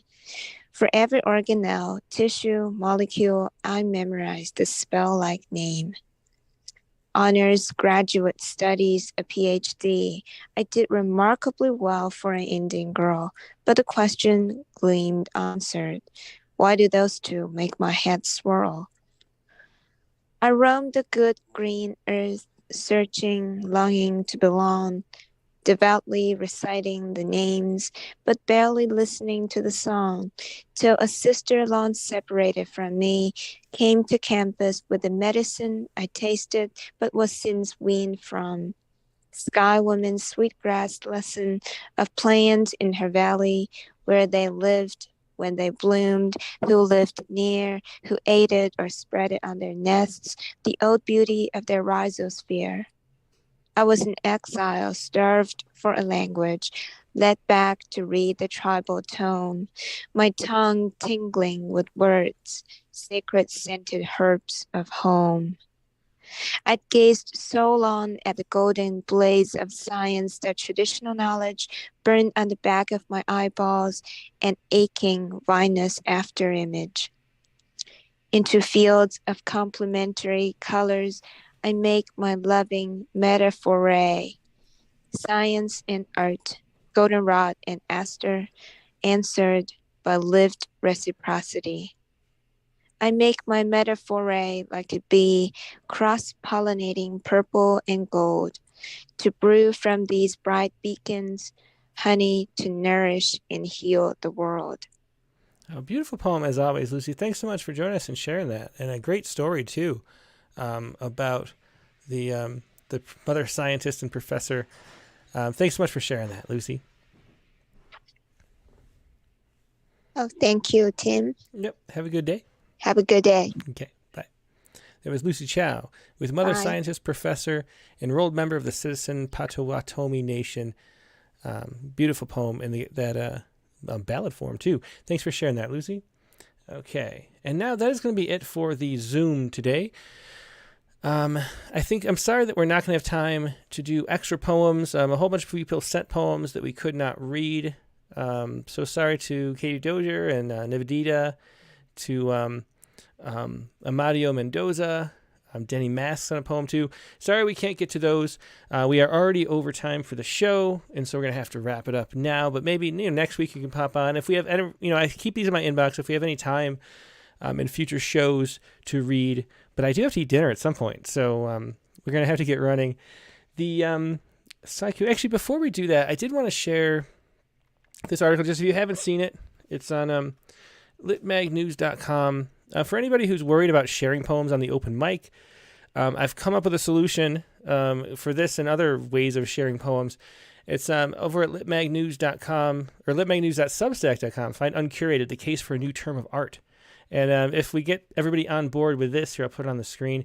If we can get everybody on board with this philosophy, then we can not worry about sharing poems on social media and on open mics and anywhere else, because we will be worried about curation rather than publication, which is the goal. One of my goals for this year is to get the entire literary community to adopt this new term and talk about collecting poems together. And that is an act that's important instead of publishing, because making public is just meaningless when you can publish. My daughter started publishing things online when she was like 8 years old. So, how hard is it to publish something? But curation is what matters. So check that article out and adopt that philosophy if you would. We're going to be talking about that too, publication and curation and all the rules and tips about publication on the poetry space on Twitter. So if you find us at Katie_Dozier, find the poetry space. We'll be talking about that and all the details about publication too, which people have a lot of questions about. The poetry space is a Twitter space, which is a way to just have a discussion as a group, which is really fun to do. That's Thursday at 3 p.m. Eastern. So find me, Timothy Green, or Katie_Dozier at Twitter for that. Okay, so now we're going to do the Sciku really quickly. And the Sciku is based on this article, which I found interesting. Here we go. This is from This is from the University of California, San Francisco, and interesting stock photo choice. Smelling the cheese. But this is Making Sense of Scents.